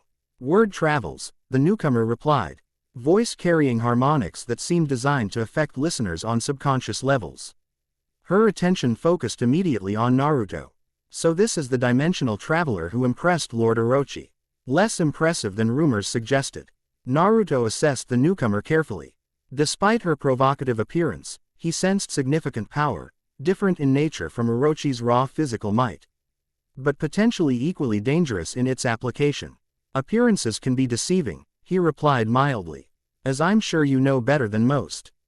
Smiled, revealing teeth too sharp for human dentition. Indeed, my appearance serves specific purpose, unlike yours, which seems disappointingly ordinary despite your supposed capabilities. is an executive officer within the association. Psykos explained with barely concealed irritation. Her abilities focus on mental domination rather than physical combat. Mental domination? Hinata inquired, Byakugan activati. Subtly to assess the newcomer's energy patterns. Noticed the ocular change immediately. Your eyes, she remarked, stepping closer to Hinata with predatory interest. They changed. Another dimensional ability. The Byakugan, Hinata confirmed without elaboration. The monster woman circled them both, assessment shifting from dismissive to genuinely curious. Interesting. You don't Regis. Terror, fear, or intimidation responses typical of humans encountering monsters. Particularly elite monsters. We've encountered many forms of power, Naruto stated simply. Appearance alone rarely indicates true capability. Dues laughed, a sound containing those same subharmonics that seem designed to affect listeners physiologically. How diplomatic. Yet I wonder how you would respond to direct testing. Her hand moved toward her whip. That won't be necessary, Psykos interjected firmly. Lord Orochi has already authenticated their capabilities. Your assessment would be redundant. The monster woman's expression shifted to momentary anger before settling into calculated amusement. Of course, I wouldn't want to interfere with your scientific process. She turned to leave, then paused. Though if you're considering Orochi's offer, dimensional traveler, you should know the association isn't unified in its reception. Many would oppose human leadership regardless of power demonstrated. After she departed, Psykos sighed visibly. Dues represents a faction within the association that views humanity as inherently inferior, targets for domination rather than potential evolutionary partners. And where do you stand on that spectrum? Hinata asked directly. Psykos studied her for a moment before responding. I view the distinction between human and monster as increasingly arbitrary. The transformation process demonstrates that the boundary is permeable, suggesting fundamental compatibility rather than inherent separation. The statement aligned with observations Naruto had made through the animal sage techniques, sensing the commonality beneath surface differences in this world's beings. It suggested Psykos' scientific understanding transcended the association's more militant ideology. Speaking of transformation, Naruto segued, we've observed multiple monster types here. Some appear naturally non-human, while others show signs of having been human originally. What determines the difference? The question sparked genuine scientific enthusiasm in Psykos. She activated a holographic display showing various monster categories and transformation vectors. NSTER origins fall into several categories, she explained. Natural monsters evolved through standard biological processes, albeit with unusual evolutionary pressure. Transformed monsters began as Ans who underwent conversion through various vectors, consumption of monster cells, extreme obsession or emotional states, environmental exposure to mutagenic factors, or deliberate scientific modification. And the monster association includes all types? Hinata asked. With hierarchy determined by power rating rather than origin, Psykos confirmed.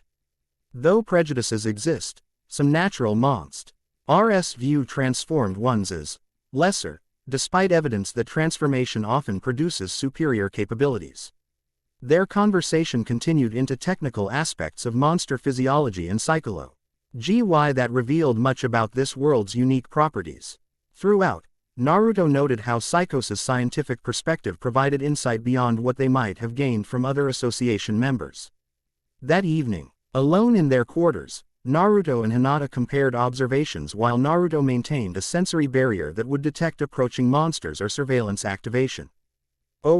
High's offer changes our position significantly, Hinata noted, organizing information in a coded format they had developed for sensitive communications. Leadership would provide access and influence, but align us more directly against the hero association. Naruto nodded. It would force us to choose sides earlier than planned. Though perhaps that's inevitable in this world's current state of conflict. There's something more to Orochi's offer, Hinata continued, expression thoughtful. My Byakugan detected unusual patterns during your battle. His energy signature fluctuated when discussing evolution and adaptation. Almost as if. As if he's reaching some limit, Naruto completed. I sensed it too. His power is immense but feels constructed somehow. Assembled rather than developed naturally. They exchanged significant glances, both reaching similar conclusions about Psykos' potential role in Orochi's creation or development. The scientist's interest in evolutionary process and monster physiology suggested deeper involvement than merely advising the association. There's another factor to consider, Hinata added more quietly. The changes happening to me since our arrival. This concerned Naruto more than political considerations. He had noticed subtle alterations in Hinata's chakra signature, fluctuations that suggested adaptation to this world's different energy patterns. Her Byakugan activated more easily, required less chakra to maintain, but showed visual differences in the veins surrounding her eyes. How pronounced are the effects? He asked carefully. She activated her Byakugan fully, allowing him to see changes that had progressed further than she had previously revealed. The veins surrounding her eyes now carried faint luminescence, pulsing with energy that wasn't purely chakra as they knew it. My visual range has nearly doubled, she reported clinically, though he detected underlying concern. Penetration through barriers has increased proportionally. But the most significant change is in how I perceive energy signatures. She hesitated. I can see patterns that weren't visible before, connections between beings that shouldn't logically exist. And physically, Hinata deactivated her Byakugan, then removed the light jacket she had worn consistently since their arrival. Her exposed arms revealed subtle changes, pale skin now beery, faint lavender patterns that followed chakra pathway configurations. When she channeled chakra deliberately, these patterns illuminated with soft light. It doesn't hurt, she assured him, noting his concern. It feels natural, somehow, as if my body is adapting to more efficiently process this world's natural energy. Naruto took her hands, examining the changes with both visual observation and chakra sensing. The alterations weren't harmful. If anything, they represented optimization rather than degradation. Yet the implications were significant. This world was changing them, just as they might change it. We should examine the white scroll, he suggested. It might contain information about dimensional adaptation. They had kept the third scroll secured since arrival, conscious that its contents might prove too valuable to risk exposure under Monster Association surveillance. Now Naruto created multiple shadow clones to establish enhanced security while retrieving the bone case from its hiding place. The White Scroll's seal, unlike the others, required blood offering, specifically Naruto's blood infused with Kurama's chakra. When applied, the seal dissolved with soft illumination, revealing text in the same ancient script as the previous scrolls. As before, the meaning transmitted directly to Naruto's consciousness rather than requiring conventional reading. Images formed in his mind, techniques for stabilizing physical form when traversing dimensional boundaries, methods for adapting chakra systems to different natural energy configurations, warnings about NTIAL transformation effects on non-Jinchuriki companions. The scroll contains stabilization techniques, he explained to Hinata as information continued flowing. The animal sage path apparently included dimensional travel, reaching realms where animal aspects manifested differently than in our world. Can it help with these changes? She asked, examining the luminous patterns on her skin. Not prevent them, but direct them. He clarified. The scroll describes controlled transformation rather than resistance. Working with adaptation rather than against it. The information continued Olding. Complex sealing techniques designed to harmonize chakra with foreign energy patterns, meditation methods to maintain core identity during physical transformation, warnings about thresholds beyond which changes became irreversible. This world's natural energy has properties that encourage specific transformations, Naruto explained as understanding crystallized. What they call Monsteriza appears to be uncontrolled adaptation to these properties. The scroll suggests controlled exposure and deliberate harmonization as alternatives to random mutation. Hinata absorbed this information with characteristic composure. So the changes I'm experiencing are your chakra system adapting to local conditions, he confirmed. The Byakugan appears particularly responsive to this LD's dimensional properties, evolving to perceive aspects previously invisible. They spent hours studying the scroll's techniques, identifying those most applicable to their situation. By dawn, Naruto had developed a preliminary seal designed to help stabilize Hinata's transformation, not preventing changes but ensuring they followed beneficial patterns rather than chaotic ones. This will help my NTAIN your core chakra signature while allowing controlled adaptation, he explained as he prepared the necessary components. Your Byakugan's evolution can continue, but your fundamental nature remains stabilized. The sealing process required precision and concentration, Naruto applying the technique while Hinata maintained specific chakra flow patterns. When completed, a delicate seal manifested over her heart, invisible unless she channeled chakra deliberately, when it appeared as an interlocking spiral pattern incorporating elements from both Hyuga and Uzumaki designs. How does it feel? Naruto asked once the technique was complete. Hinata activated her Byakugan, assessing internal changes. More coherent, she decided after careful consideration. The external energy feels less invasive. More like a conversation than an imposition. Before they could discuss further implications, an alarm sounded throughout the complex, different from previous alerts, with pulsing rhythm that suggested greater urgency. Proximity alert, Naruto identified, recognizing patterns established during their stay. Multiple intruders, judging by the sequence. They emerged from their quarters to find the complex in organized chaos, monsters moving with purpose toward defensive positions while communications systems broadcast tactical information. Gyoro's voice echoed through speakers, directing response teams with military precision. Multiple S-class heroes detected approaching northeastern quadrant. Disaster-level dragon response protocol activated. All executives report to command center immediately. Psykos intercepted them in the corridor, her normally composed demeanor showing signs of strain. The Hero Association has launched a probing attack, 3 S-class heroes with support units. Apparently, your encounter with Metal Bat accelerated their response timeline. Which heroes? Naruto inquired as they moved toward the command center. Intelligence suggests Atomic Samurai, Tank Top Master, and Psykos hesitated momentarily, Tornado of Terror. The last name clearly carried special significance. Naruto had heard it whispered among monsters with particular dread during their stay, an esper of unprecedented power who represented the association's greatest threat alongside the mysterious blast. The command center occupied a former transit control room, transformed with advanced monitoring systems and tactical displays. Monster executives gathered around a central holographic projection showing the approaching hero team's position and composition. Ornado's presence changes response parameters, Gyoro was explaining as they arrived. Standard containment protocols are ineffective against her telekinetic range. Naruto studied the tactical display with interest. The approaching formation suggested coordinated attack strategy, the heroes maintaining specific spacing that maximized their complementary abilities while minimizing vulnerability to area effects. What are their individual capabilities? He asked, drawing attention from assembled executives. Present among the leadership cadre, smiled with predatory amusement. Planning to face S-class heroes already. Ambitious for a newcomer. Intelligence sharing benefits everyone, Naruto replied evenly. Especially when facing unknown threats. Gyoro activated detailed profiles on each approaching hero. Atomic Samurai. Master swordsman capable of attacks exceeding sound speed, cutting power sufficient to slice through dragon-level monster hide. Tank Top Master, Icicle strength exceeding most monsters below dragon classification, durability proportional to attack power. Tornado of Terror. Esper abilities including telekinesis, flight, force field generation, and matter manipulation at molecular levels.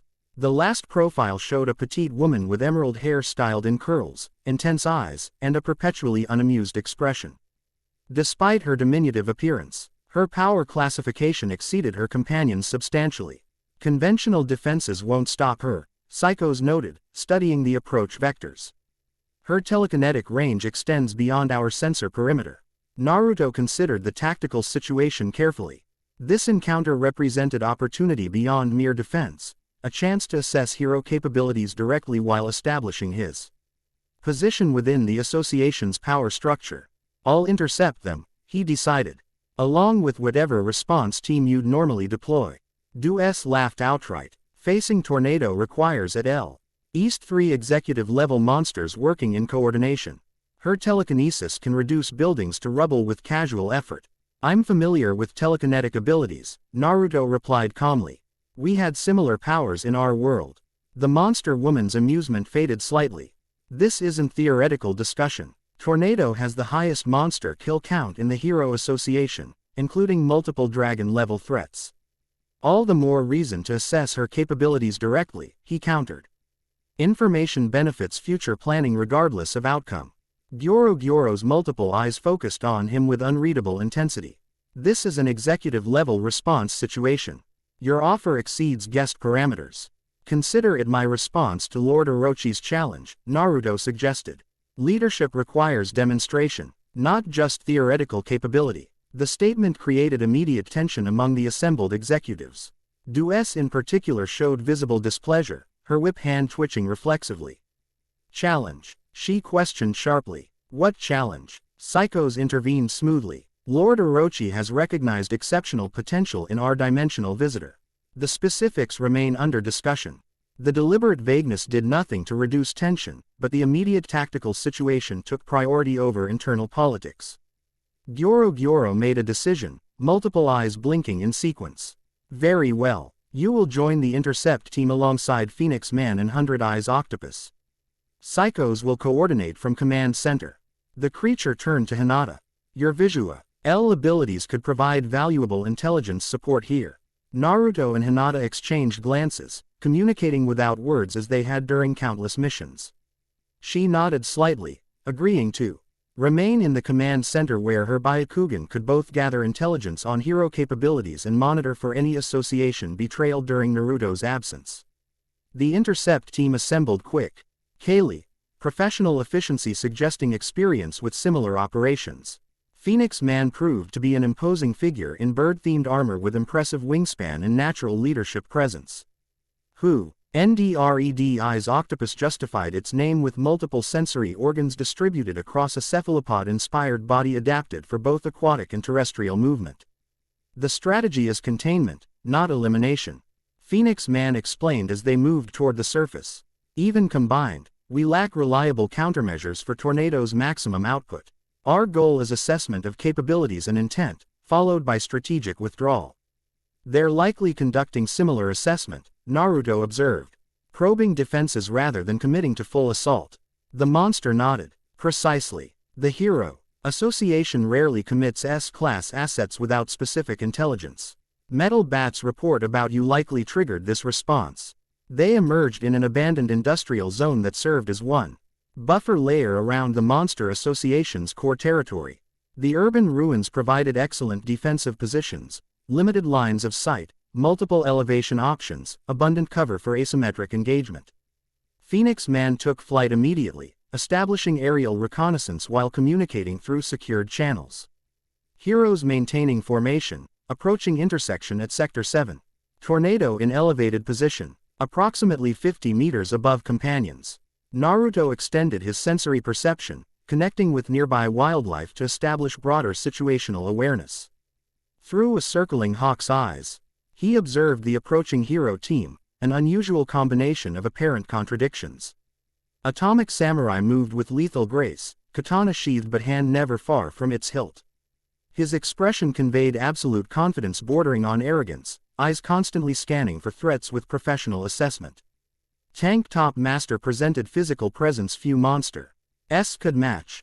Muscle mass distributed with perfect biomechanical efficiency across his imposing frame. Despite his size, he moved with surprising agility, perfectly synchronized with his team's advance. Floating above both, Tornado of Terror appeared almost childlike in stature, petite figure and delicate features contrasting sharply with the palpable energy surrounding her. Her expression conveyed perpetual irritation, emerald eyes scanning surroundings with dismissive assessment. The debris floating around her responded to unconscious telekinetic influence, shifting in patterns that suggest immense power held in casual restraint. I'll make first contact, Naruto decided. Gauge their intentions before committing to engagement. Phoenix Man began to object, but Naruto had already moved, not with his maximum speed, but fast enough to appear suddenly before the hero formation without triggering immediate attack response. He stopped at a respectful distance, hands visible and posture non-threatening. Heroes of the Hero Association, he greeted formally. I represent the current leadership of this territory. May I ask your purpose here? The trio reacted with professional accord. Nation. Atomic Samurai's hand shifting to sword hilt, Tank Top Master adjusting stance for potential engagement, Tornado's floating debris orienting toward the unexpected figure. None attacked immediately, suggesting discipline beyond mere combat reflex. Monster Association representative, Atomic Samurai identified, voice carrying the confidence of experienced authority. Interesting choice sending a human-appearing delegate. Appearances can be misleading, Naruto replied evenly. As I'm sure you're aware. Tornado descended slightly, emerald eyes narrowing with intense focus. You're the one metal bat reported. She stated rather than asked. The new power signature our sensors detected recently. Naruto inclined his head slightly. I arrived recently, yes. Though I wouldn't desker. IBE myself is aligned with either association at this point. I'm still learning about your world. Learning by joining monsters. Tank Top Master questioned, massive arms crossing over his chest. Interesting educational choice. I encountered them first, Naruto explained simply. I'd be equally willing to learn from heroes, though your colleague's attack-first approach didn't encourage productive dialogue. Tornado's expression shifted from generic irritation to specific focus. Your energy signature is unlike anything in our classification system. Not monster, not human, not esper. What exactly are you? The directness of her question suggested scientific curiosity beneath the confrontational tone, professional interest in an anomaly rather than mere hostility. I'm a shinobi from another dimension. Naruto answered truthfully. My abilities operate on different principles than those in your world. This admission created momentary silence as the heroes processed its implications. Atomic Samurai broke it with a short laugh. Another dimension. Creative explanation for unusual abilities. I've heard monsters claim stranger origins. Yet our sensors confirm significant dimensional anomalies corresponding with his appearance, Tornado countered, surprising her companions with apparent support for Naruto's claim. The energy patterns are consistent with theoretical models for cross-dimensional transfer. Her scientific knowledge suggested depth beyond mere combat capability, another layer to the diminutive hero's formidable reputation. Regardless of origin, Tank Top Master interjected. Cooperation with the Monster Association places you in opposition to the Hero Association by default.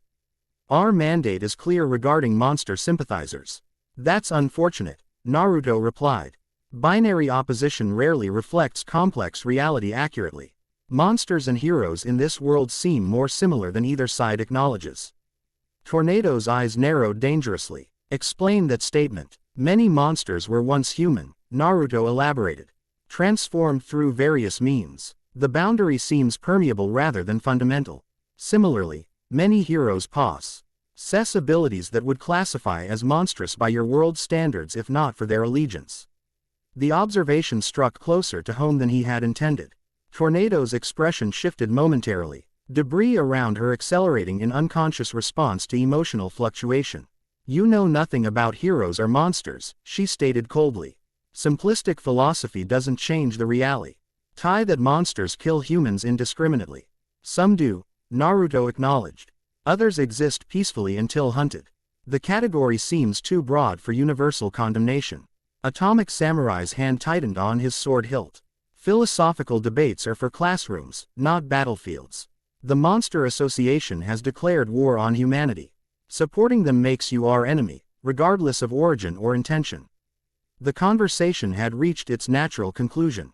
Neither side was prepared to reconsider fundamental positions based on a single encounter.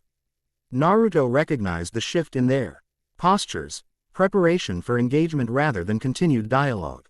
I understand your position, he stated calmly, though I disagree with its absolutism.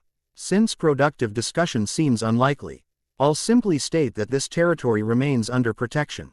Your assessment mission is noted, but further incursion will be responded to appropriately. Tornado's patience evidently expired. Without warning, telekinetic force erupted around her, debris accelerating to projectile velocity and directed toward Naruto in converging patterns designed to eliminate evasion options. He didn't dodge. Instead, he manifested his chakra cloak at minimal output, just enough to create a barrier field that deflected the incoming projectiles without revealing his full capabilities. The golden energy shimmered around him momentarily, then faded as the attack subsided. Interesting defense, Tornado noted, eyes narrowing further. Energy manipulation similar to Esper ability, but with distinct harmonic patterns. There are many ways to interact with fundamental forces, Naruto replied.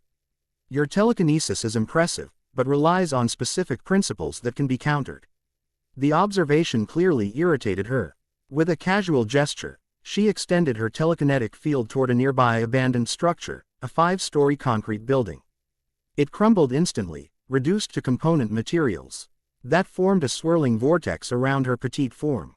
Counter this, she challenged, directing the entire mass toward Naruto with devastating force.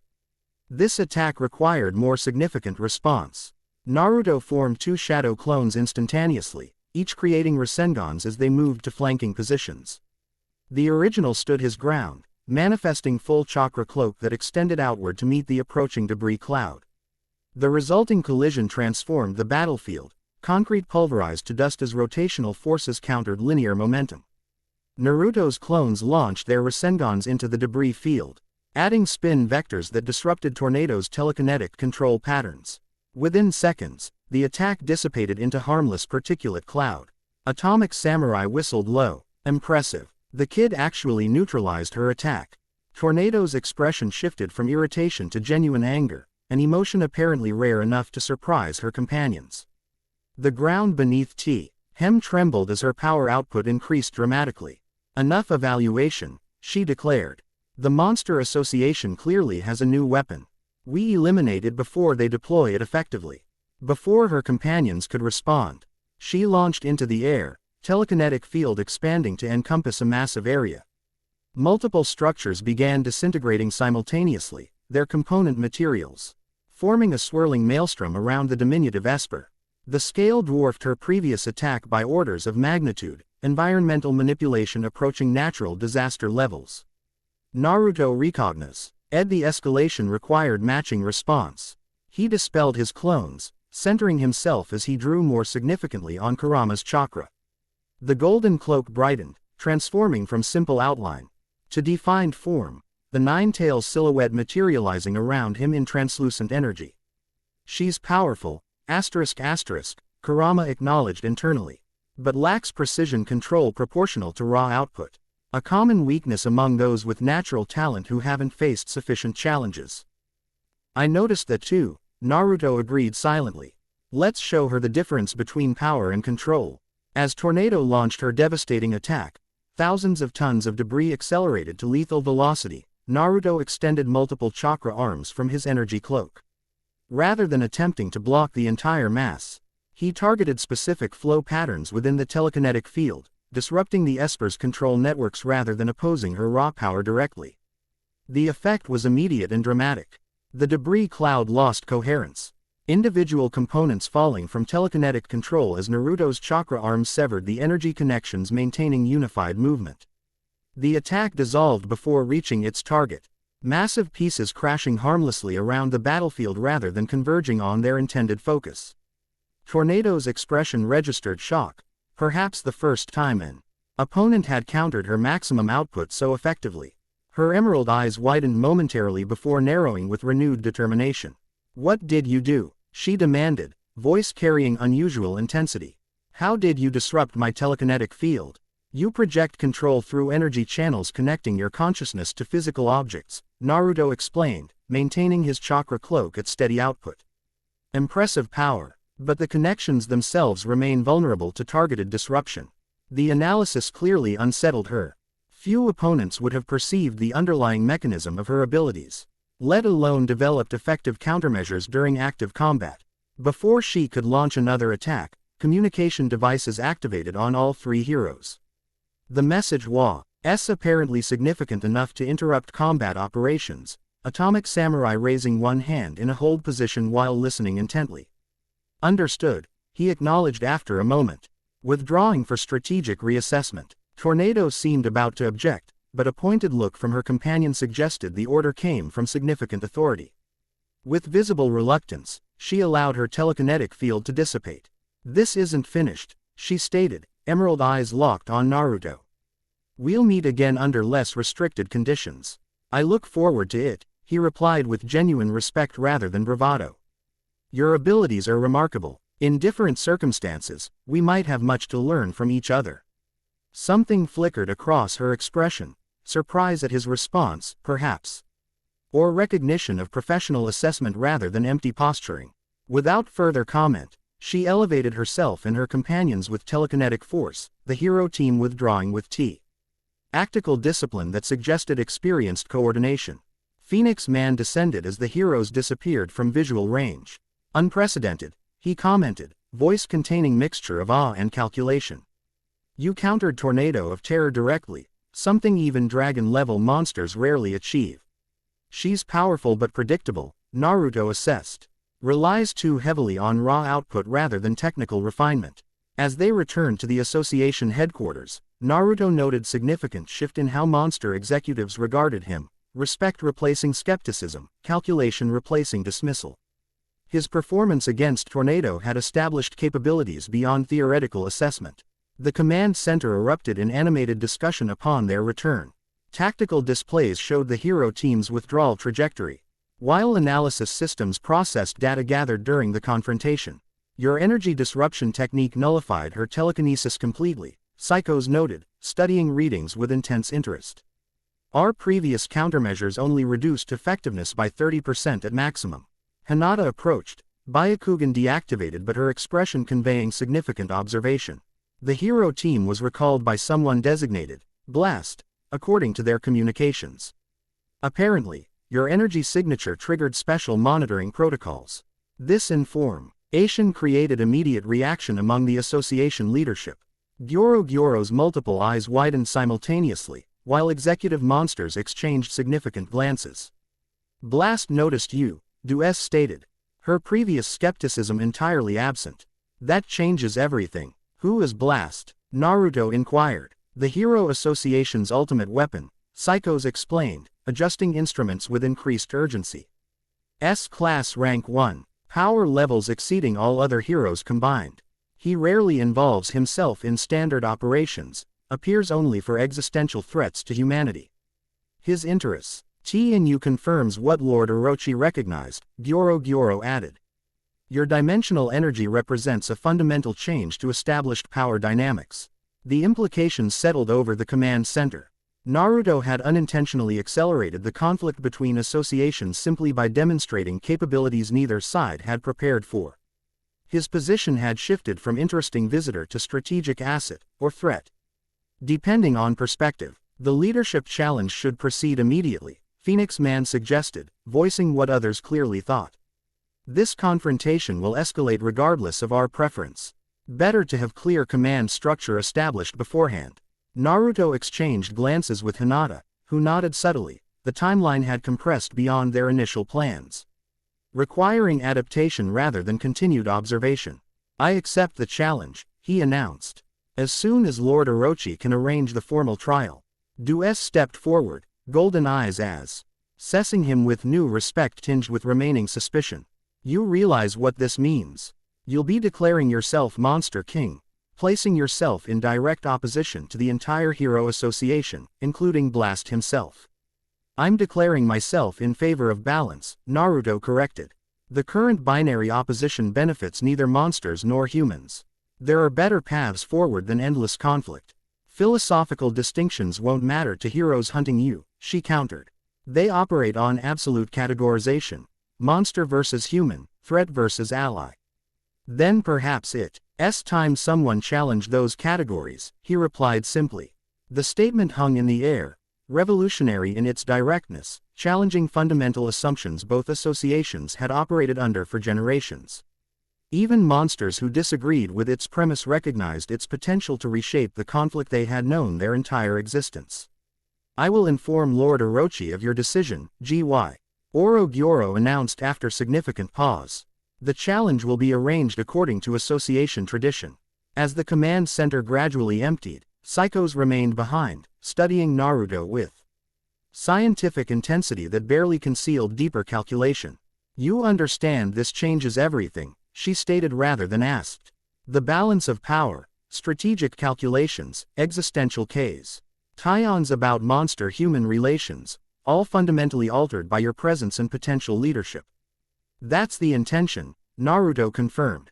Continuing the current path leads to mutual destruction. Both sides possess power sufficient to ensure neither achieves complete victory without devastating consequences. Psykos smiled thinly, philosophical and practical simultaneously. Interesting combination. She adjusted her glasses. Lord Orochi will be fascinated by your decision. The challenge will likely occur within days rather than weeks. As she departed, Hinata moved closer, speaking quietly despite their privacy. The Hero Association has already modified their strategic assessment. My Byakugan detected communications suggesting you've been classified as a God-level threat, based on energy signature analysis. Expected, Naruto acknowledged. Though sooner than ideal. There's more, she continued. The Esper, Tornado, has requested personal assignment to counter you specifically. Her interest appears both professional and personal. This was interesting development. Personal how? Her emotional patterns showed complex response beyond combat assessment, Hinata elaborated. Something about your abilities triggered specific reaction, recognition or perhaps familiarity. Their conversation continued late into the night, adjusting plans, reassessing timelines.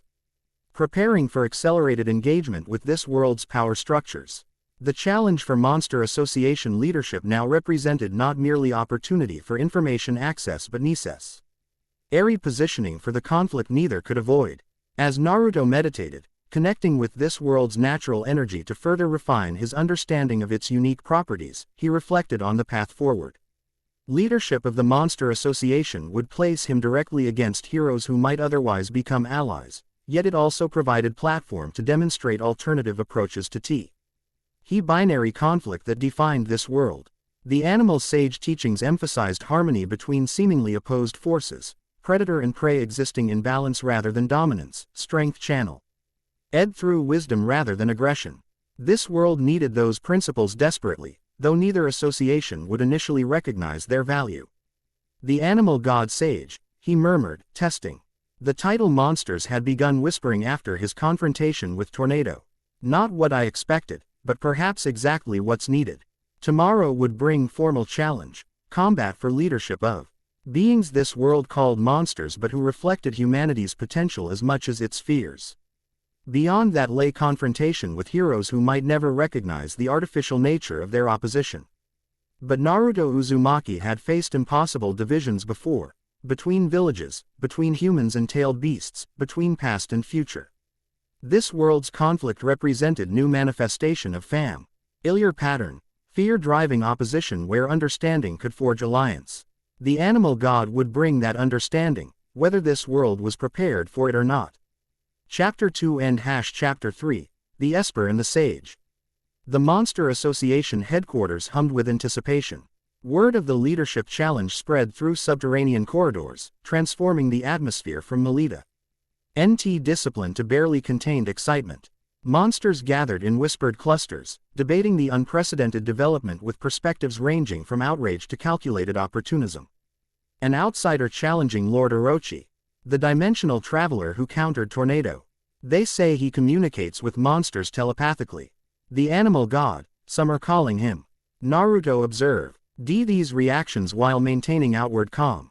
Internally, he analyzed the complex political currents now flowing around him, identifying potential allies, calculating probable opposition, mapping he ideological landscape he sought to reshape.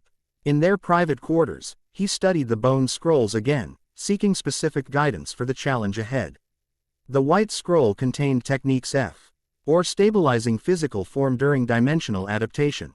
The amber scroll, partially translated now, detailed connections between animal aspect powers and leadership authority within primitive societies. The spiritual dominance patterns are fascinating, he noted to Hinata, who sat nearby monitoring the complex with her increasingly powerful Byakugan. Ancient societies recognized leaders through their ability to embody specific animal aspects, wisdom of owls, strength of bears, vision of eagles. Similar to how the Monster Association hierarchy relates to physical manifestations of power, she observed. Though with less spiritual dimension. Less recognized dimension, Naruto corrected. My interactions with monsters reveal underlying connections beyond physical transformation. Why respond to Kurama's energy on instinctual levels, recognition of apex predator presence that transcends conscious thought. Hinata deactivated her Byakugan, revealing the continuing changes in her ocular manifestation. The veins surrounding her eyes now carried subtle luminescence that persisted momentarily after deactivation, and her irises displayed increased definition, concentric rings more pronounced than their natural pattern. The physical changes are accelerating, she acknowledged, noting his concerned observation. But the stabilization seal maintains core integrity.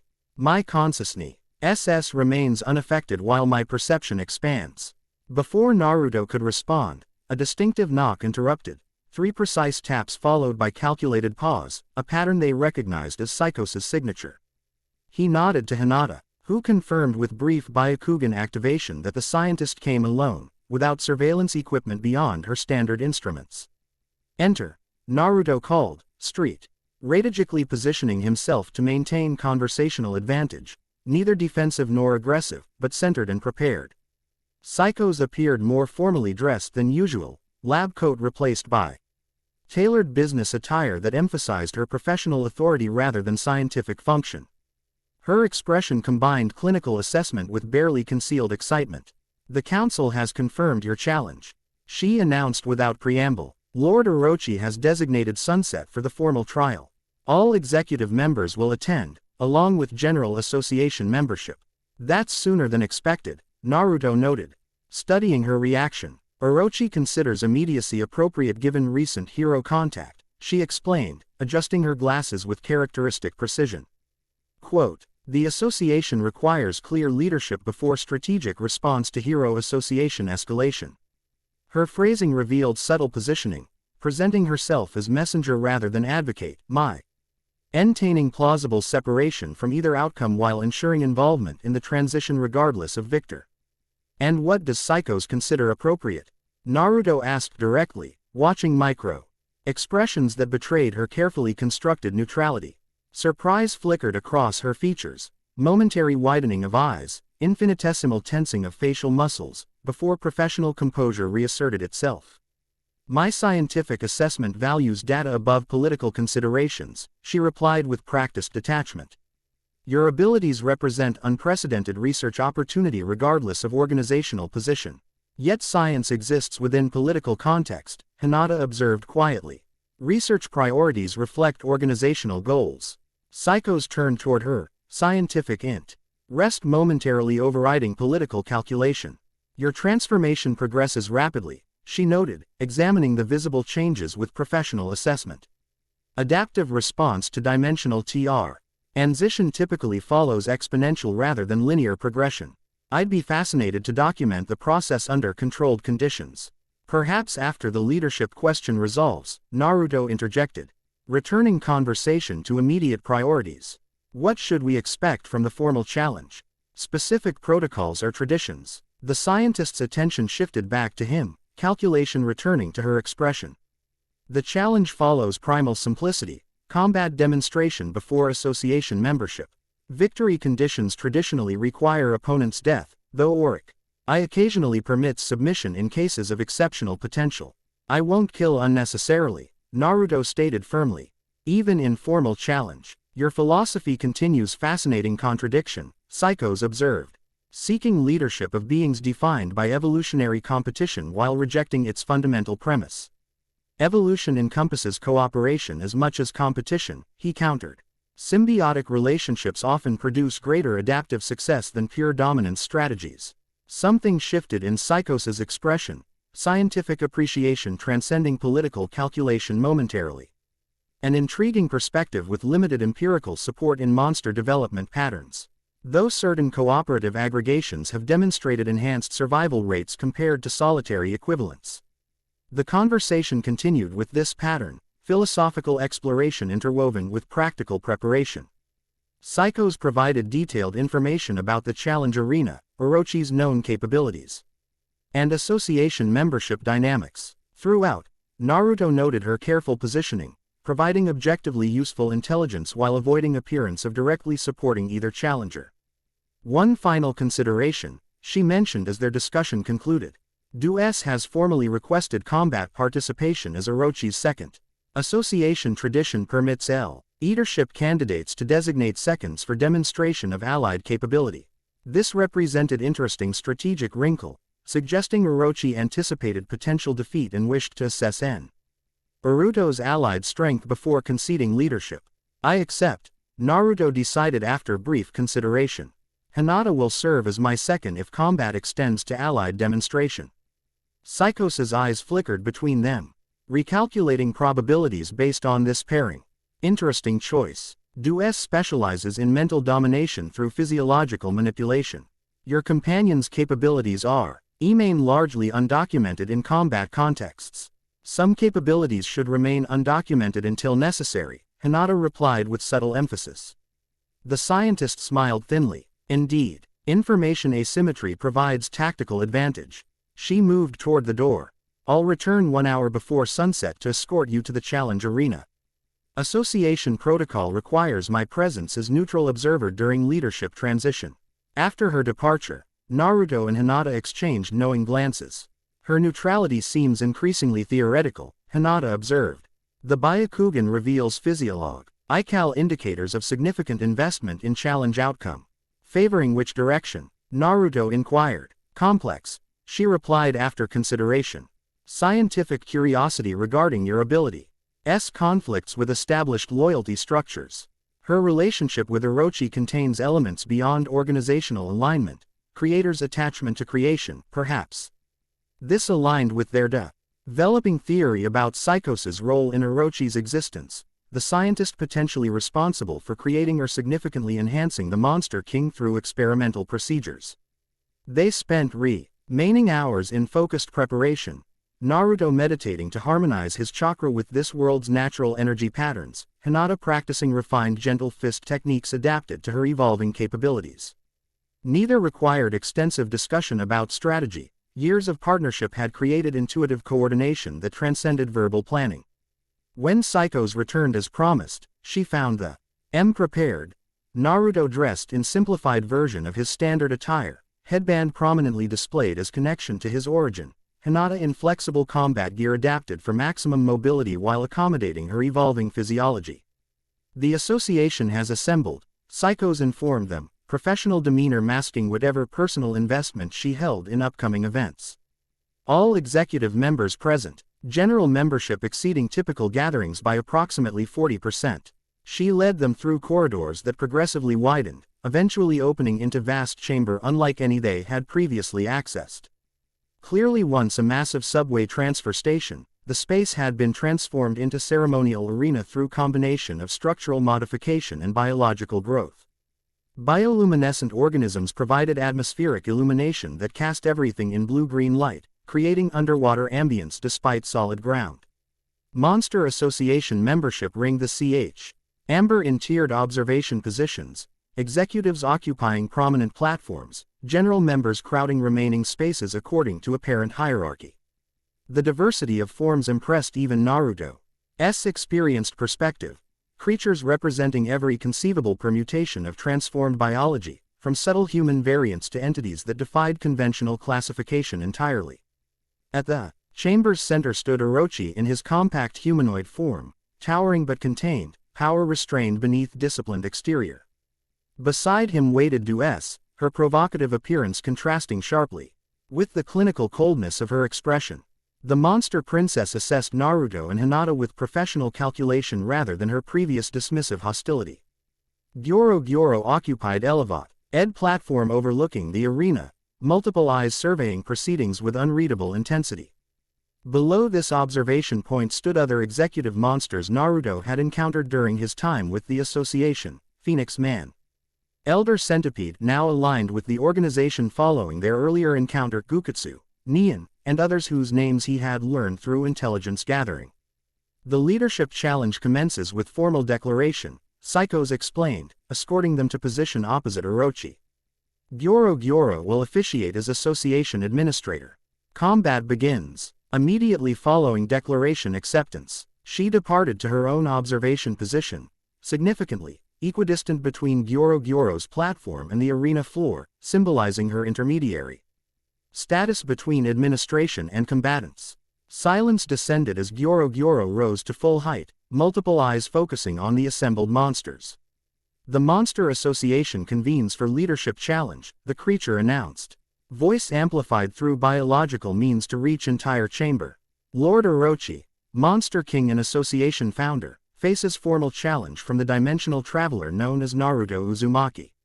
Murmurs rippled through assembled monsters, excitement, skepticism, calculation in equal measure. The challenger claims right of challenge based on demonstrated power exceeding executive classification. Gyoro continued. Witnesses have confirmed qualification through combat against S-class heroes and dragon-level threats. The administrator's multiple eyes shifted to Naruto. Challenger. Declare your purpose in seeking association leadership. Naruto stepped forward, chakra presence naturally expanding to command attention without technique, the UNC. Onsis projection of centered authority he had developed through years of leadership experience. I seek leadership to guide the association toward sustainable future, he stated, voice carrying naturally throughout the chamber. The current path of conflict with humanity leads toward mutual destruction rather than evolutionary advancement. As Monster King, I would establish new paradigm, balancing strength with wisdom. Power with purpose, evolution with harmony. His declaration created immediate reaction, ripples of conversation spreading through assembled monsters as they processed Psykos. A fee that challenged fundamental association premises while acknowledging their evolutionary significance. Gyoro's attention shifted to Orochi. Lord Orochi, do you acknowledge the challenge and its terms?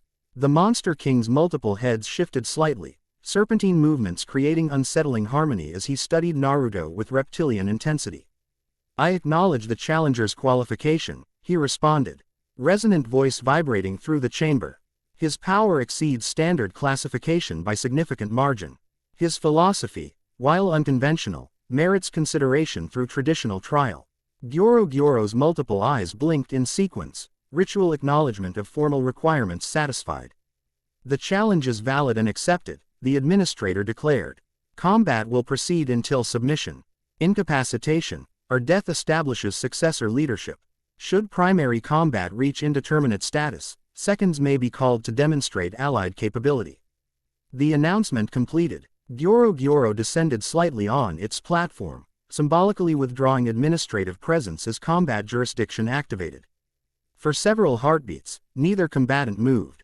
The assembled monsters held collective breath, witnessing historic moment regardless of outcome, the first formal challenge to Orochi's leadership since the association's founding. Naruto centered himself, establishing connection with this world's natural energy while maintaining full awareness of his surroundings. He had studied Orochi carefully during their previous encounter, identifying both overwhelming strengths and subtle vulnerabilities in the Monster King's composition. Before we begin, Orochi stated, voice carrying particular harmonics that commanded attention, I would know one thing, challenger. Why pursue leadership rather than alliance? The association would value your power without requiring your governance. The question surprised many observers. Orochi rarely engaged philosophical discussion, particularly before combat, yet Naruto recognized genuine curiosity beneath the tactical delay. Leadership allows fundamental change, he answered truthfully. Alliance perpetuates existing paradigms. This world needs evolution beyond current conflict patterns, not reinforcement of established opposition. Something like appreciation flickered across Orochi's reptilian features. Philosophical and pragmatic simultaneously. Interesting combination. The Monster King's form began shifting. Compact humanoid configuration expanding as muscle mass doubled, serpentine appendages emerging from shoulders and back. Show me the power behind your philosophy, dimensional traveler. Without further preamble, Orochi attacked, movement blindingly fast despite increasing mass. Multiple appendages striking from different angles simultaneously. The strategy suggested calculated escalation rather than maximum output, testing Naruto's capabilities methodically before committing to full transformation. Naruto responded with purely physical techniques, enhanced speed and precision taijutsu without chakra cloak manifestation. He weaved between striking appendages with fluid grace, reading attack patterns through subtle muscle tensions before they fully manifested. When direct evasion proved impossible, he redirected force rather than blocking, using Orochi's moment against him through circular movements derived from Hyuga training Hinata had shared. This initial exchange established important dynamics for observing monsters, demonstrating that Naruto's capabilities extended beyond energy manifestation to include physical mastery exceeding most humanoid monsters. His movements displayed experience and efficiency that surpassed mere power application, sting depth beyond what his appearance indicated. Orochi adjusted quickly, serpentine appendages multiplying as his form expanded further. Impressive physical capability, he acknowledged, Central F. Ace maintaining analytical calm while secondary heads began manifesting draconic features. But insufficient against true monster potential. The next assault combined physical strikes with energy PR. Ojection. Multiple dragon heads releasing concentrated beams similar to their previous encounter but with greater precision and reduced collateral effect. The beams carved precise patterns through the arena, creating geometric death fields designed to eliminate evasion options while conserving energy expenditure. Naruto recognized the strategic refinement. Orochi had analyzed their previous encounter and adapted his techniques accordingly. This demonstrated intelligence beyond raw power, reinforcing Naruto's assessment of the Monster King as leader rather than mere alpha predator. Time for calculated escalation. Shadow Clone Jutsu. 10 perfect duplicates materialized simultaneously, each executing different evasion pattern through the energy beam grid. The clones demonstrated identical capability to the original, a significant revelation for observing monsters unfamiliar with the technique's true nature. Orochi adapted immediately, serpentine appendages targeting each clone ally while his central form maintained defensive posture. The strategy revealed impressive multitasking capability, each appendage operating with independent intelligence while maintaining coordinated purpose. The clones engaged in complex offensive-defensive patterns, some sacrificing themselves to gather tactical data while others pressed momentary advantages. Each dispelled clone transferred information to both Naruto and remaining duplicates, creating accelerating tactical advantage as the exchange continued. Orochi's frustration manifested in progressive transformation, his humanoid elements receding as monstrous aspects dominated. Multiple dragon heads elongated, jaw structures modifying to enhance energy beam focus. His central mass expanded, protective layers thickening while maintaining mobility through biomechanical efficiency that defied conventional physics. Interesting adaptation, Naruto noted, dismissing his remaining clones to consolidate gathered intelligence. Our form evolves in response to challenge, sacrificing humanoid aspects for combat efficiency. The observation struck closer than intended. Orochi paused momentarily, reptilian eyes narrowing with particular intensity. Evolution requires stimulus, the Monster King responded. Comfort breeds stagnation. Challenge forces adaptation. His massive form contracted slightly, energy concentrating visibly within his core. You provide worthy stimulus, dimensional traveler. The compliment preceded dramatic escalation, Orochi's form exploding outward as full transformation manifested. His previous appearances represented merely partial expression of true capability, now unleashed without restraint. Towering nearly 20 meters at full extension, the Monster King's true form embodied primordial terror-made flesh, countless serpentine appendages extending from central mass that pulsed with concentrated power, each terminating in draconic head with independent awareness. His central face retained vaguely humanoid features arranged in expression of predatory focus, but all pretense of human origin had vanished beneath monstrous perfection. The assembled association members reacted with collective awe, many witnessing Orochi's ultimate form for the first time. Even executive monsters shifted uncomfortably, instinctual threat assessment registering apex predator presence that transcended organizational hierarchy. Now, Challenger, Orochi's voice resonated through multiple throats simultaneously, creating harmonic overtones that vibrated bone. Demonstrate your true potential or submit to evolutionary superiority. Naruto recognized appropriate response threshold had been reached.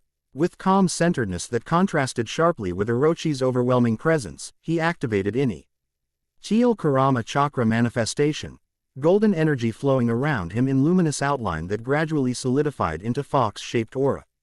The chakra cloak radiated power on wavelengths most monsters perceived instinctively, apex predator presence that matched Orochi's dominance display with fundamentally different spiritual quality. Where the Monster King embodied overwhelming physical evolution, Naruto, to projected harmonized balance between human and tailed beast aspects, power tempered by wisdom, strength guided by purpose. Fascinating contrast, Psykos murmured from her observation position, USTING instruments to capture energy readings. Distinct manifestation patterns operating on similar output scales but through completely different mechanisms. The combatants assessed each other ACR's newly established power threshold, neither attacking immediately, Both recognizing significant escalation deserved momentary acknowledgement. Orochi broke the equilibrium with coordinated assault, dozens of dragon heads attacking simultaneously while his central mass generated gravitational distortion that complicated evasion calculations.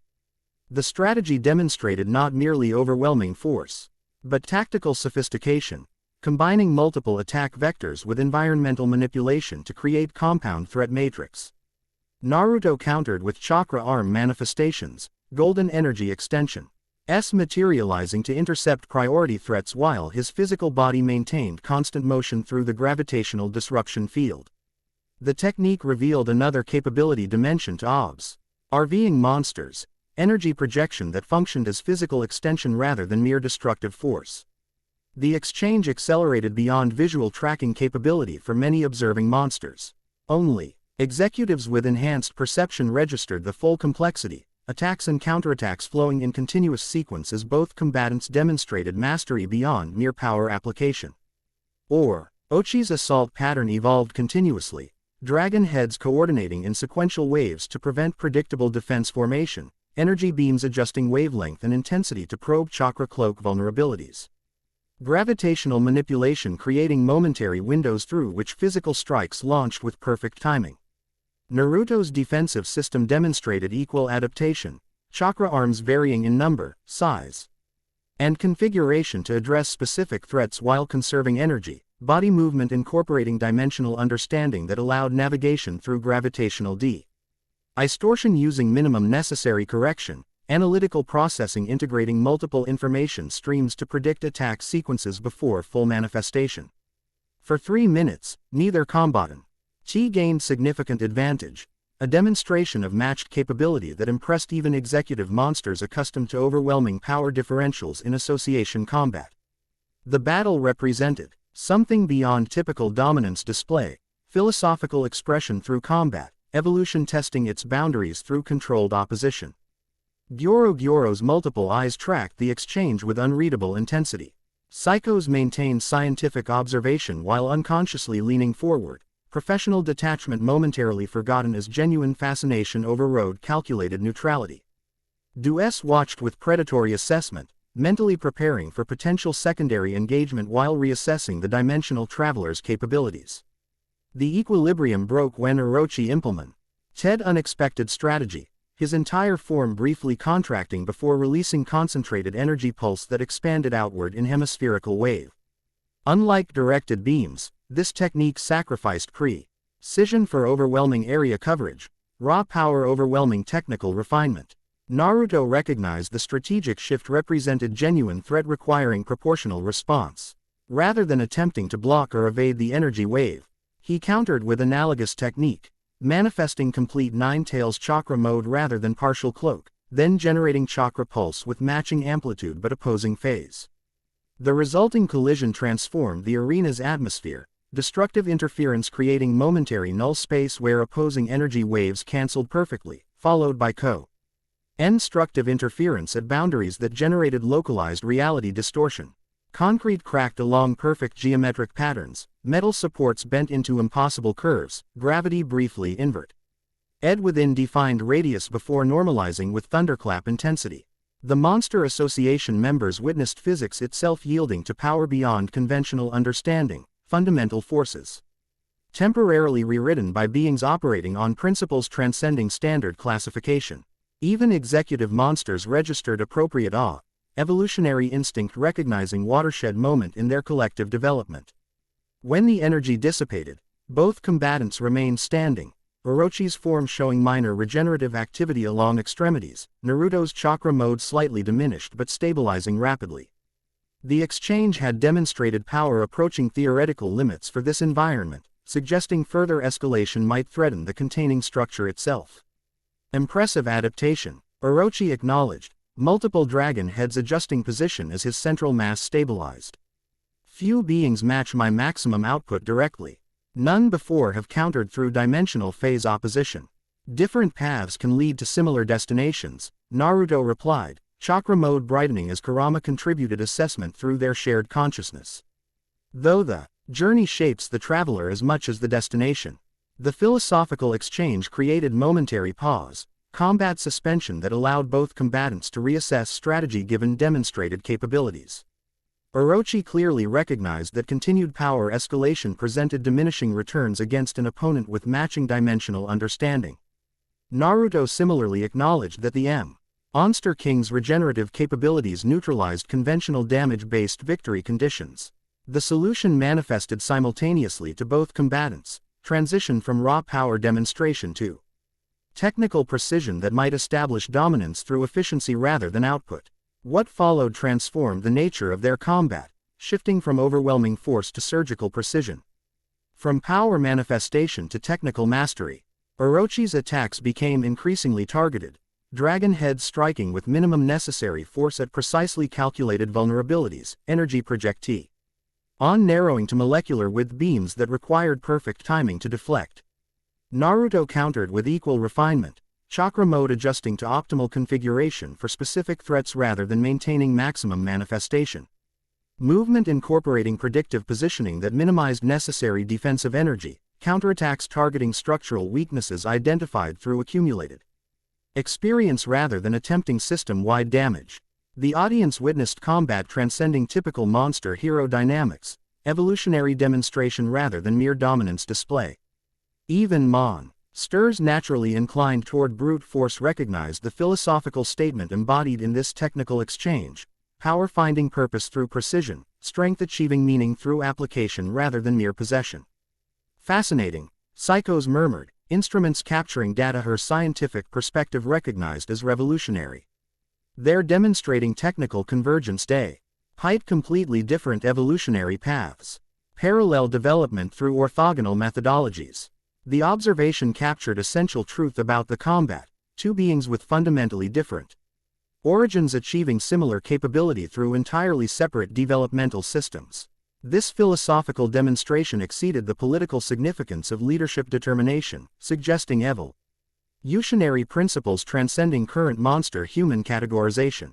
15 minutes into their exchange, both combatants recognized simultaneous truth. Technical stalemate had been reached, with neither able to establish decisive advantage through conventional combat means. This realization manifested in subtle shift, attacks becoming increasingly experimental rather than lethal, exchanges testing theoretical limits rather than seeking victory conditions. Orochi finally paused, multiple dragon heads retracting slightly as his central face regarded Naruto with expression approaching respect. This exchange demonstrates capability equivalence beyond standard assessment parameters, the Monster King stated, voice returning to normal resonance rather than combat harmonics. Continued combat. Chi serves demonstration function rather than determination purpose.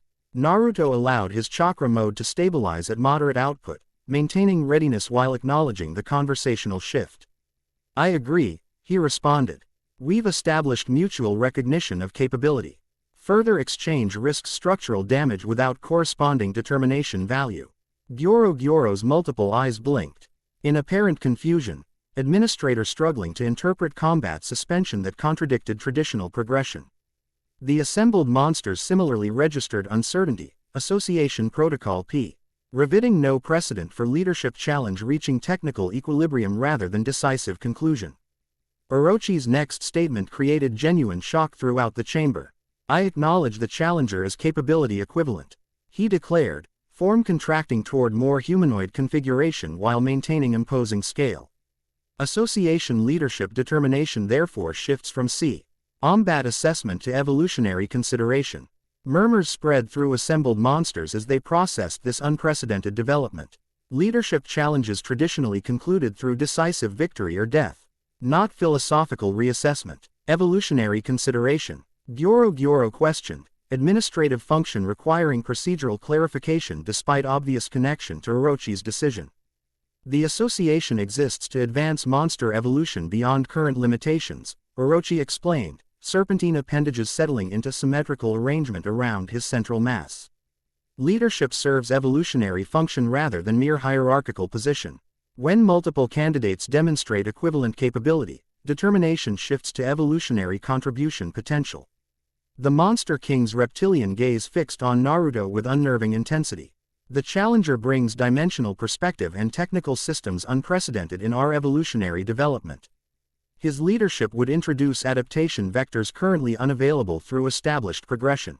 This assessment created further confusion among General Association membership, though executive monsters demonstrated greater comprehension, recognizing Orochi's statement as sophisticated evolutionary calculus rather than simple concession. Naruto maintained centered calm, recognizing pivot moment requiring perfect balancing between strength demonstration and philosophical articulation. Evolution requires both stability and innovation, he stated, addressing the assembled monsters directly rather than merely responding to Orochi. The association has established foundation through Lord Orochi's leadership. My perspective offers next developmental stage, integration rather than opposition. Adaptation through understanding rather than merely conflict. Duess stepped forward from her position, golden eyes narrowing with predatory focus. Fine philosophical statement, the monst.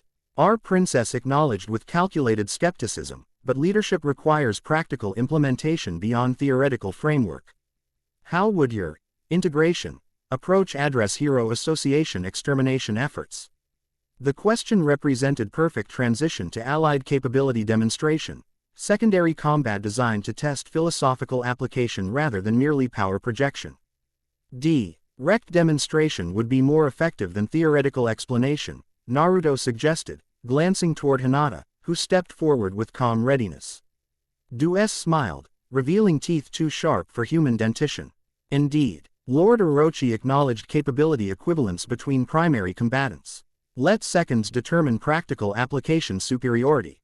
Gyoro's multiple eyes shifted between the potential secondary combatants. Association protocol permits allied demonstration when primary determination reaches inconclusive status. Proceed with secondary assessment. The monster princess moved to the arena's center, uncoiling her barbed whip with practiced precision.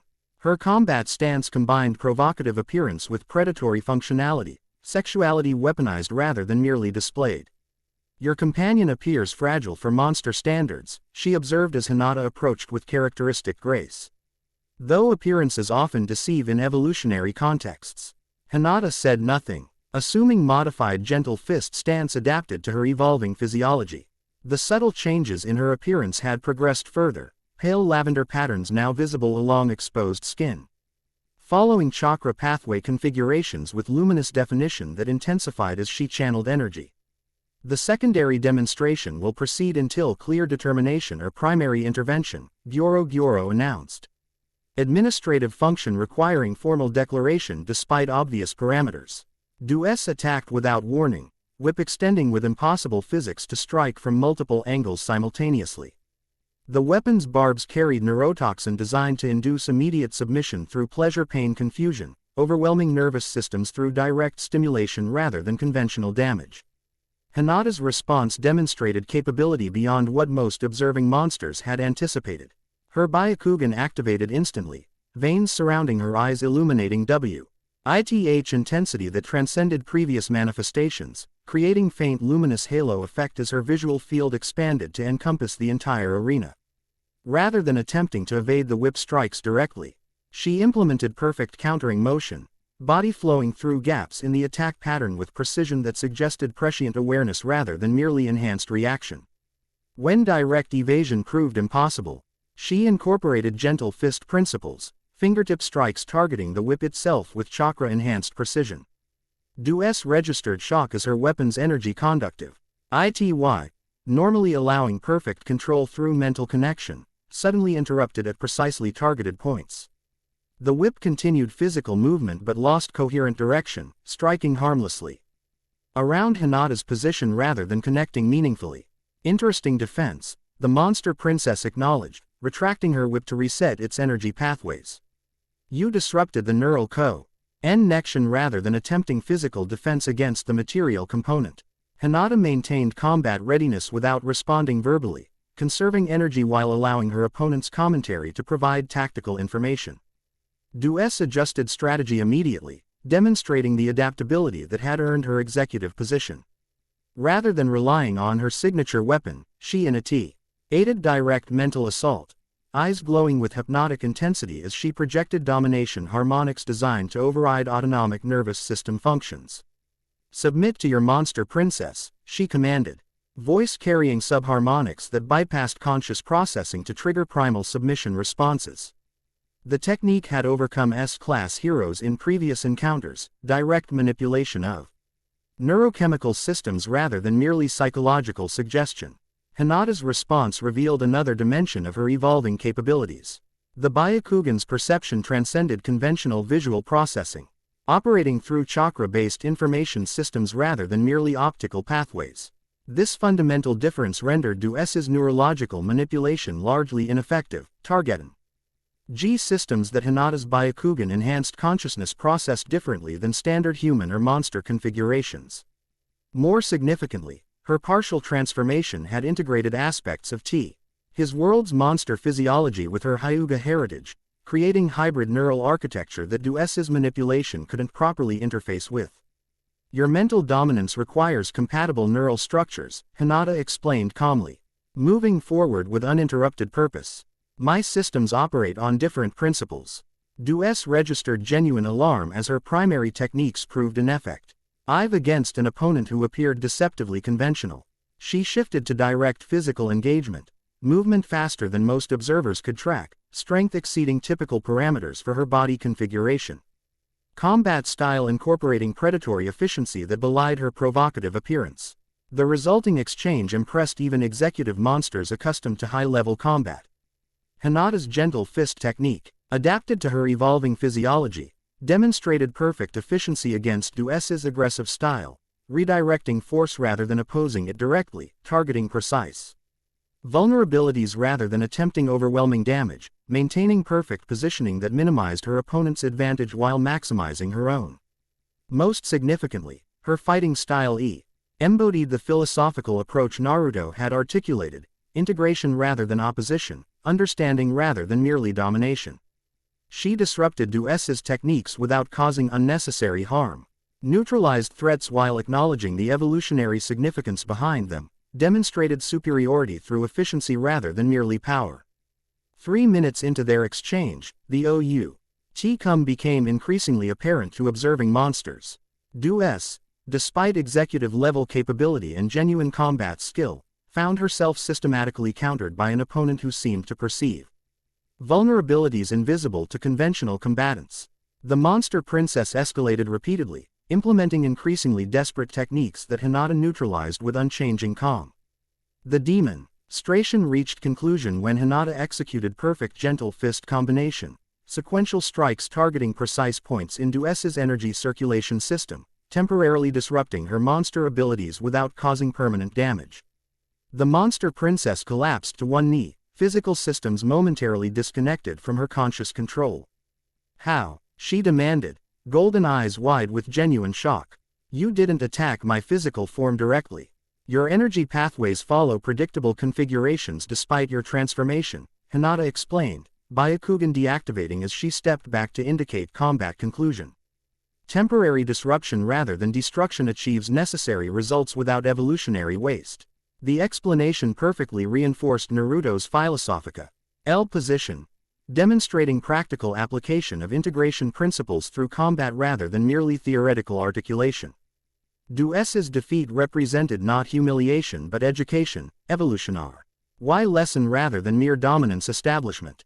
Gyoro's multiple eyes blinked in sequence as the administrator processed this secondary demonstration's significance. The allied capability assessment confirms philosophical implementation potential, the creature acknowledged, administrative function requiring formal recognition despite obvious conclusion. Orochi, who had observed both combat exchanges with analytical intensity, moved forward to address the assembled association directly. The leadership challenge has demonstrated unprecedented evolutionary potential, the Monster King declared. Form stabilized in configuration balancing imposing presence with communication functionality. The dimensional traveler Naruto Uzumaki has established capability equivalence through primary combat and philosophical superiority through allied demonstration. The chamber remained absolutely silent, monsters of all classifications recognizing historic significance regardless of their position on the underlying philosophy. I therefore acknowledge transition of monster association leadership, Orochi continued, multiple dragon heads bowing slightly in formal recognition. Naruto Uzumaki assumes position as Monster King, with authority to implement evolutionary direction according to demonstrated principles. The declaration created immediate reaction, ripples of conversation sp. Reading through assembled monsters as they processed this unprecedented development. Executive members exchanged significant glances, calculating personal implications while assessing organizational transformation potential. Do-S, recovered sufficiently to stand, approached Naruto with expression combining residual hostility with reluctant respect. An unusual victory, the monster princess acknowledged. Though implementation may prove more challenging than demonstration. True evolution rarely follows comfortable paths, he replied, recognizing the statement as tentative acceptance rather than continued opposition. Gyoro descended from the administrative platform, approaching with formal purpose that suggested protocol requirements. Association tradition requires formal recognition by administrative function. The creature explained. The leadership transition becomes official through ceremonial acknowledgement. What followed resembled coronation more than bureaucratic PR. Osijur, Gyoro's multiple eyes focusing on Naruto with intensity that suggested scanning beyond physical parameters, administrative function apparently requiring direct assessment of the new leader's fundamental nature. The Monster Association acknowledges Naruto Uzumaki as Monster King, the administrator finally declared, multiple eyes blinking in sequence to indicate protocol completion. Leadership authority transfers immediately, with all corresponding privileges and responsibilities. The assembled monsters responded with collective acknowledgement, some enthusiastic, others cautious. All recognizing transformation beyond their individual preferences. Executive members approached in hierarchical sequence, each offering formal recognition according to their specific cultural traditions, physical gestures. Verbal declarations, ritual movements establishing new relationship patterns within organizational structure. Throughout this procedure, Naruto maintained centered calm, acknowledging each recognition appropriately while projecting authority tempered with respect rather than mere dominance. His approach itself demonstrated philosophical difference from traditional monst. Our leadership, strength acknowledged without requiring submissive displays, authority established through mutual recognition rather than fear. Psykos approached last among the leadership cadre, Scienti. FIC instruments temporarily set aside as she addressed Naruto directly rather than through instrumental intermediaries. Congratulations on your ascension, she offered with professional courtesy. She neither concealed nor overstated her personal investment in the outcome. The association enters unprecedented evolutionary phase under your direction. Science thrives in evolutionary transition, he responded, recognizing her primary motivation despite political considerations. Your research will find new applications through integration principles rather than mere conflict optimization. Something like genuine appreciation flickered across her expression, recognition that her scientific pursuits might expand rather than contract under his leadership, despite philosophical differences from established association parameters. As formal proceedings concluded, Orochi approached Naruto privately, their conversation shielded from general observation by the former king's imposing physical presence. Leadership transitions traditionally conclude with predecessor elimination, the monster noted, reptilian eyes studying Naruto with unreadable intensity. Your philosophy suggests different approach. Evolution wastes nothing of value, Naruto confirmed. Your knowledge and capability represent significant association assets. Elimination would contradict fundamental efficiency principles. Orochi's multiple heads shifted slightly, serpentine movement suggesting consideration rather than aggression. Interesting perspective. Though monster instinct typically demands hierarchical clarity through elimination, instinct serves evolutionary function when properly directed, Naruto countered. Unguided instinct produces short-term dominance at long-term adaptive cost.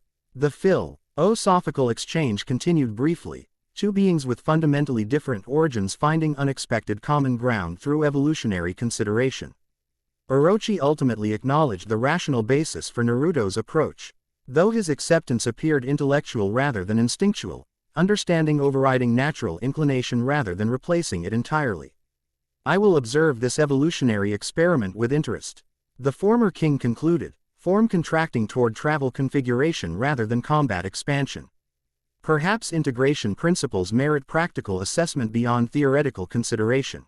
As Orochi departed, Hinata joined Naruto at the chamber's center, the assembled monsters gradually dispersing as formal proceedings concluded, though many lingered to observe their new leader's initial actions. The association composition includes greater diversity than initial assessment suggested, she noted quietly. Many members demonstrated genuine curiosity regarding your philosophy rather than mere power assessment. Evolutionary potential exists throughout the organization, Naruto agreed. Though implementation will require systematic approach rather than merely philosophical declaration. Their conversation paused as Duess approached again, her initial post-combat hostility now replaced with calculated assessment. The Association Executive Co-UNCIL traditionally convenes immediately following leadership transition, the Monster Princess informed them, professional function overriding personal position. Strategic direction requires formal articulation before implementation through organizational structure. Reasonable protocol, Naruto acknowledged. Though all require comprehensive briefing on current operations before establishing specific directional changes. Psykos maintains complete operational documentation, Duess noted with subtle emphasis suggesting significant information resided with the scientist rather than general administrative systems. Her research division coordinates intelligence gathering beyond combat functions. The information confirmed their developing understanding of the association's true structure. Combat capability representing visible manifestation while research and intelligence functions operated with less obvious but potentially greater impact. I'll meet with the Executive Council within the hour, Naruto decided. Immediate priorities include defensive reconfiguration following recent hero contact, followed by strategic reassessment based on integration principles rather than merely opposition dynamics. Duess nodded acknowledgement, apparently satisfied that operational continuity would maintain despite philosophical transition. The council will convene in the Central Strategy Chamber, she confirmed before departing to convey his instructions. As the arena emptied, Psykos approached again, this time with Gyoro accompanying her directly rather than maintaining separated presence. The coordinated movement confirmed their connected relationship while acknowledging changed operational context following leadership transition. The association administrative systems require formal access transfer, Psykos explained, adjusting her glasses with characteristic precision. Security protocols, intelligence networks, research division oversight, all traditionally channeled through established leadership pathways. And Gyoro's administrative function? Naruto inquired, deliberately acknowledging the creature's presence while studying Psykos' reaction. The scientist hesitated momentarily, calculation visible as she assessed implications behind the question. Administrative functions traditionally operate through established interfaces regardless of leadership transitions, she replied carefully, though specific configurations remain adaptable to organizational requirements. The diplomatic response confirmed their theory without requiring direct confrontation. Psykos controlled Gyoro through unspecified means, using the creature as administrative interface while maintaining scientific separation for political purposes.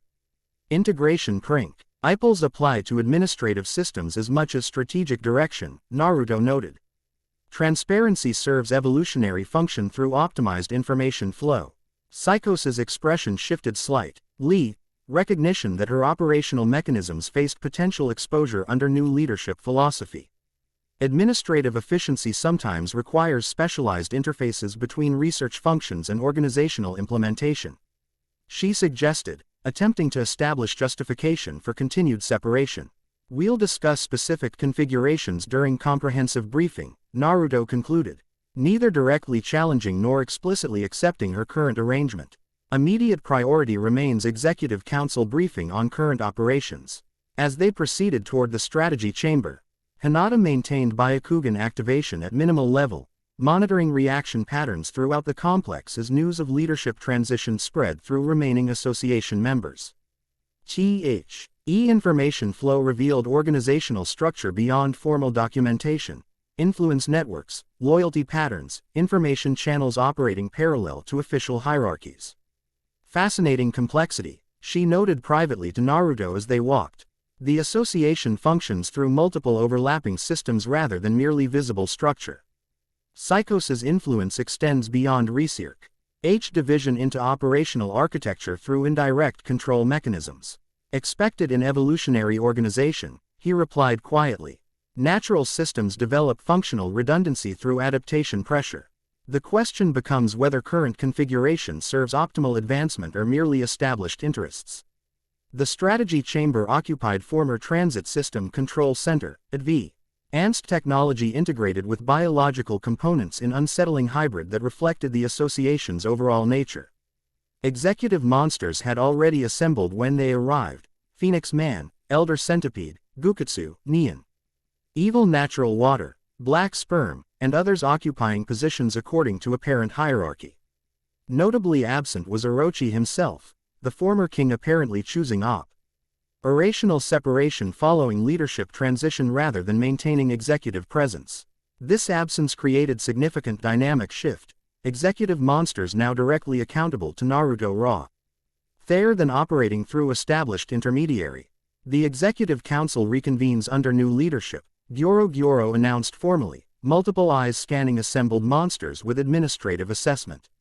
Operational briefing will establish current status before strategic direction implementation.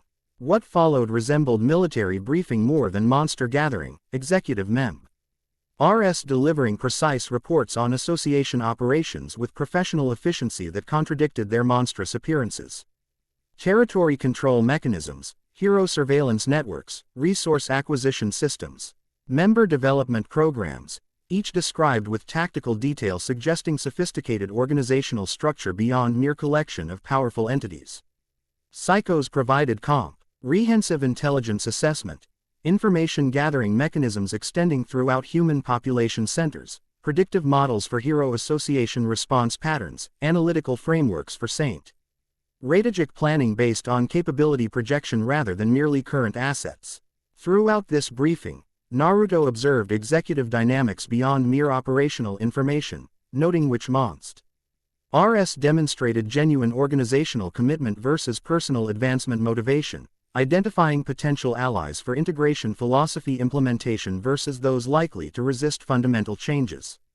When operational review concluded, assembled executives turned toward him with expressions ranging from cautious optimism to calculated assessment, awaiting initial direction from their leader with reactions shaped by individual perspectives on his demonstrated philosophy. The Monster Association has developed impressive operational capability, Naruto acknowledged, addressing THE executives directly rather than through administrative intermediaries. The foundation established under Lord Orochi's leadership provides platform for evolutionary advancement beyond current limitations. He moved to central strategic display, holographic representation of territory controlled by the association in relation to human population centers and hero association assets. With deliberate gestures, he indicated specific regions while explaining initial direction changes. Our immediate priority shifts from territorial expansion to strategic consolidation, he explained, highlighting defensive positions requiring reinforcement following recent hero contact. Integration philosophy begins with internal optimization before external application, strengthening core systems before implementing broader changes.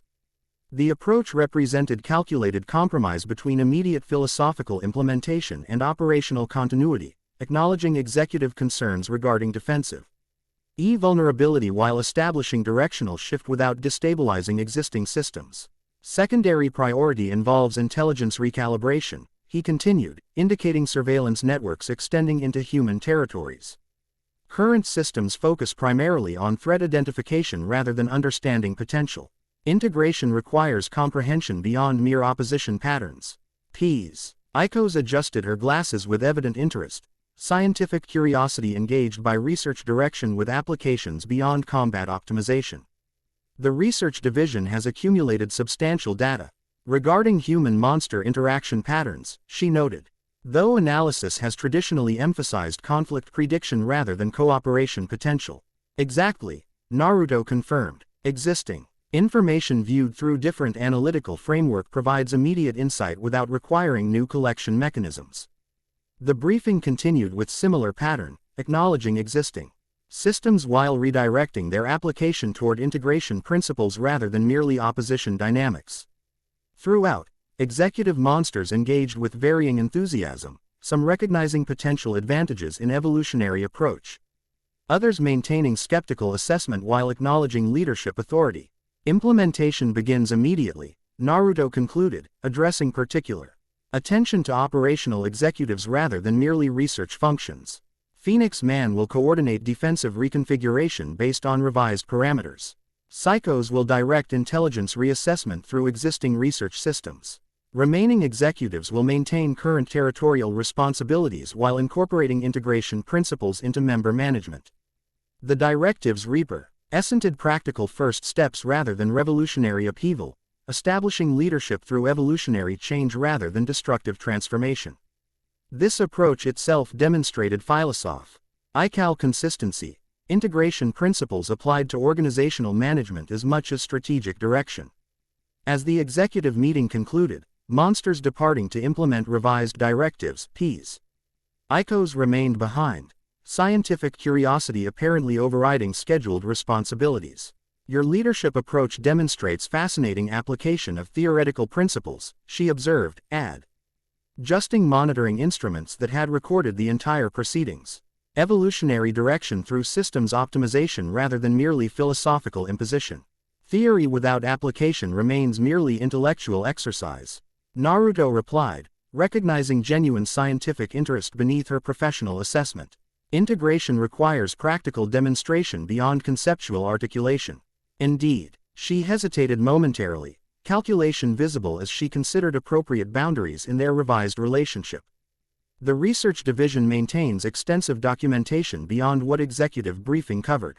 Comprehensive leadership transition would benefit from direct review of experimental projects currently in development stages. The invitation contained multiple layers: professional acknowledgement of his authority, scientific interest in his perspective on research applications, political positioning within new organizational structure. Most significantly, Chi represented potential access to information deliberately excluded from executive briefing, research activities maintained through Psykos' separate authority rather than general association oversight. Comprehensive understanding serves leadership function, Naruto agreed, exchanging brief glance with Hinata that communicated shared assessment of the opportunity's significance. Though integrati on principles apply to research division as much as combat operations, Psykos' expression flickered momentarily, recognition that increased transparency might expose activities previously conducted with limited oversight. Of course, science benefits from leadership perspective beyond merely operational application.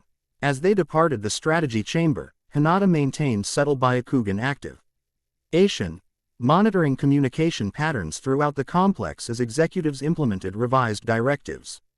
The information flow revealed interesting dynamics, monsters traditionally operating through competition beginning tentative cooperation patterns, intelligence systems reconfiguring toward expanded parameters rather than merely established targets. The association demonstrates greater adaptability than expected, she observed privately to Naruto as they followed Psykos toward research division. Many members appear genuinely interested in integration possibilities beyond merely following leadership directives. Evolutionary potential exists throughout the organization, he replied quietly. Many joined seeking purpose beyond mere destruction, though existing structure channeled had potential toward opposition rather than advancement. Their conversation paused as they entered section of the complex. Unlike previously accessed areas, clinical sterility replacing organic mechan. Hybrid aesthetic that dominated general association territory. The research division resembled advanced scientific facility more than monster headquarters, equipment combining technologies beyond current human development with biological integration that suggested evolutionary application rather than merely theoretical research. The association's scientific branch operates with greater independence than combat divisions, Psykos explained, professional demeanor intensifying within her specialized domain. Research requirements necessitate different environmental parameters than general monster habitation. The facility expanded beyond initial expectations, multiple levels containing specialized laboratories, testing chambers, development facilities dedicated to different research aspects. Scientific personnel included both monsters with intelligence specialization and apparently human researchers working alongside them without obvious coercion. Human scientists cooperating with the association? Naruto inquired, noting their apparently voluntary participation. Research collaboration transcends artificial categorization when addressing fundamental questions, Psykos replied with evident scientific conviction. Many human researchers found their work limited by arbitrary restrictions within conventional institutions. The association offers freedom to pursue evolutionary understanding beyond established parameters. The explanation contained genuine belief beneath political positioning, Psykos' scientific commitment apparently transcending monster-human division despite her organizational alignment. This suggested potential avenue for integration philosophy implementation through research collaboration rather than merely combat redirection. As their tour progressed deeper into the facility, they encountered increasingly specialized research areas, genetic modification systems, environmental adaptation chambers, consciousness transfer mechanisms suggesting capabilities beyond conventional monster development. Throughout, Psykos provided detailed explanations with scientific precision that occasionally lapsed into genuine enthusiasm when describing particularly significant breakthroughs. The Evolutionary Acceleration Project represents our most significant research direction, she explained as they approached heavily secured section requiring multiple authentication procedures. Traditional monster development follows random mutation patterns with high failure rate. Directed evolution through controlled application of monster cells achieves predictable results with significantly improved success percentage. The secured chamber beyond contained what appeared to be cultivation system for organic material unlike anything Naruto had previously encountered. Pulsating tissue sustained through nutrient delivery systems, monitored by equipment recording thousands of parameters simultaneously. Monster cells, Psykos identified, adjusting monitoring systems with practiced precision. Biological catalysts that trigger specific transformation patterns when introduced to compatible host physiology. The breakthrough came through understanding transformation as directed adaptation rather than random mutation. Naruto studied the cultivation system with both visual observation and chakra sensing, detecting energy patterns that resonated with particular frequencies he had identified throughout the monster association. Most significantly, the cells contained vibrational signature remarkably similar to Orochi's core energy pattern, suggesting connection beyond merely organizational relationship. These cells originated from Orochi, he stated rather than asked, watching Psykos' reaction carefully. The scientist hesitated momentarily, calculation visible as she assessed appropriate response within their revised relationship. Perceptive observation, she finally acknowledged. Lord Orochi's unique physiology provided template for optimized transformation vectors. His evolutionary success established parameters for directed development rather than merely random adaptation. The confirmation provided critical puzzle piece in their developing understanding of the association's true nature. Orochi himself represented successful experimental outcome rather than merely evolved monster, likely Psykos' creation or modification through scientific application rather than natural development. And Orochi's origin, Naruto inquired carefully, maintaining casual interest rather than interrogative pressure. Complex evolutionary history, Psykos replied with diplomatic vagueness. The research division documented his development extensively, though complete records remain restricted to specialized access due to security implications. The evasion itself provided confirmation. Orochi's creation represented sensitive information deliberately compartmentalized within research division rather than general association knowledge. His suggested Psykos' authority potentially exceeded apparent organizational position, with scientific function potentially predating combat structure rather than merely supporting it. Their tour continued through additional research areas, each revealing capabilities beyond what Hero Association intelligence apparently understood about their monster counterparts. Throughout, Naruto noted Psykos' genuine scientific commitment transcending merely organizational objectives, evolutionary understanding representing personal mission beyond political positioning. Your research demonstrates impressive scope beyond combat application, he observed as they examined consciousness transfer system that theoretically allowed personality preservation through physical transformation. Integration principles could expand these possibilities beyond current limitations. How so? Psykos inquired, scientific curiosity engaged despite political considerations. Evolutionary advancement requires comprehensive understanding rather than merely directional application, Naruto explained, indicating specific research projects they had observed. Current approach optimizes monster development without corresponding human advancement, creating artificial separation where natural integration might achieve superior results. The suggestion clearly intrigued her despite ideological differences. Scientific. I see mind recognizing theoretical validity regardless of political implications. Interesting perspective. Though practical implementation would require significant paradigm shift in both human and monster research communities. Precisely. Naruto confirmed. Integration begins with knowledge exchange rather than merely territorial adjustment. The association's research division could pioneer evolutionary collaboration that transcends current conflict parameters.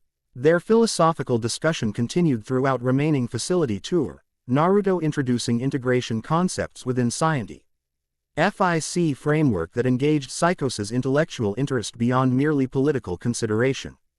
Throughout, he noted her gradual shift from calculated assessment to genuine engagement, scientist respo. NDING to evolutionary concepts despite organizational position. When they finally returned to administrative section, Psykos paused before formal separation, adjusting her glasses with characteristic precision while considering appropriate conclusion to their extended interaction. Your leadership perspective offers intriguing research possibilities beyond current parameters, she acknowledged. Professional assessment that didn't entirely conceal developing personal interest. The scientific division looks forward to exploring integration applications within evolutionary framework. Science often pioneers understanding before general implementation, Naruto replied, recognizing potential ally within research division despite philosophical differences from current association direction. Your work could establish practical foundation for theoretical principles that benefit both monster and human development. The statement clearly resonated with her scientific identity beyond organizational position, researcher recognizing potential collaboration transcending current conflict limitations. As she departed to resume research direction with revised parameters, Naruto noted subtle shift in her engagement, calculation remaining but increasingly balanced with genuine intellectual interest. Once alone with Hinata in the leadership quarters traditionally occupied by Orochi, space. Surprisingly functional despite intimidating aesthetic, they compared observations from this transformative day. The association structure contains greater complexity than initial assessment suggested, Hinata noted. Byakugan deactivated but her enhanced perception still processing information gathered throughout their experiences. Psykos' research division appears fundamental rather than moral. Why supportive? Possibly predating combat organization despite apparent secondary position. And Orochi himself represents successful experimental outcome rather than natural evolutionary development, Naruto added. Connecting information fragments into coherent understanding. The Monster Association potentially began as research project before developing military capability, scientific origin rather than merely combat collection. This revised understanding suggested implementation approach beyond their initial assessment, integration beginning through research collaboration rather than merely combat redirection. Evolutionary principles applied through scientific application before general organizational transformation. Psykos represents potential collaboration opportunity despite apparent opposition positioning. Hinata observed, her scientific commitment transcends organizational alignment when addressing evolutionary questions.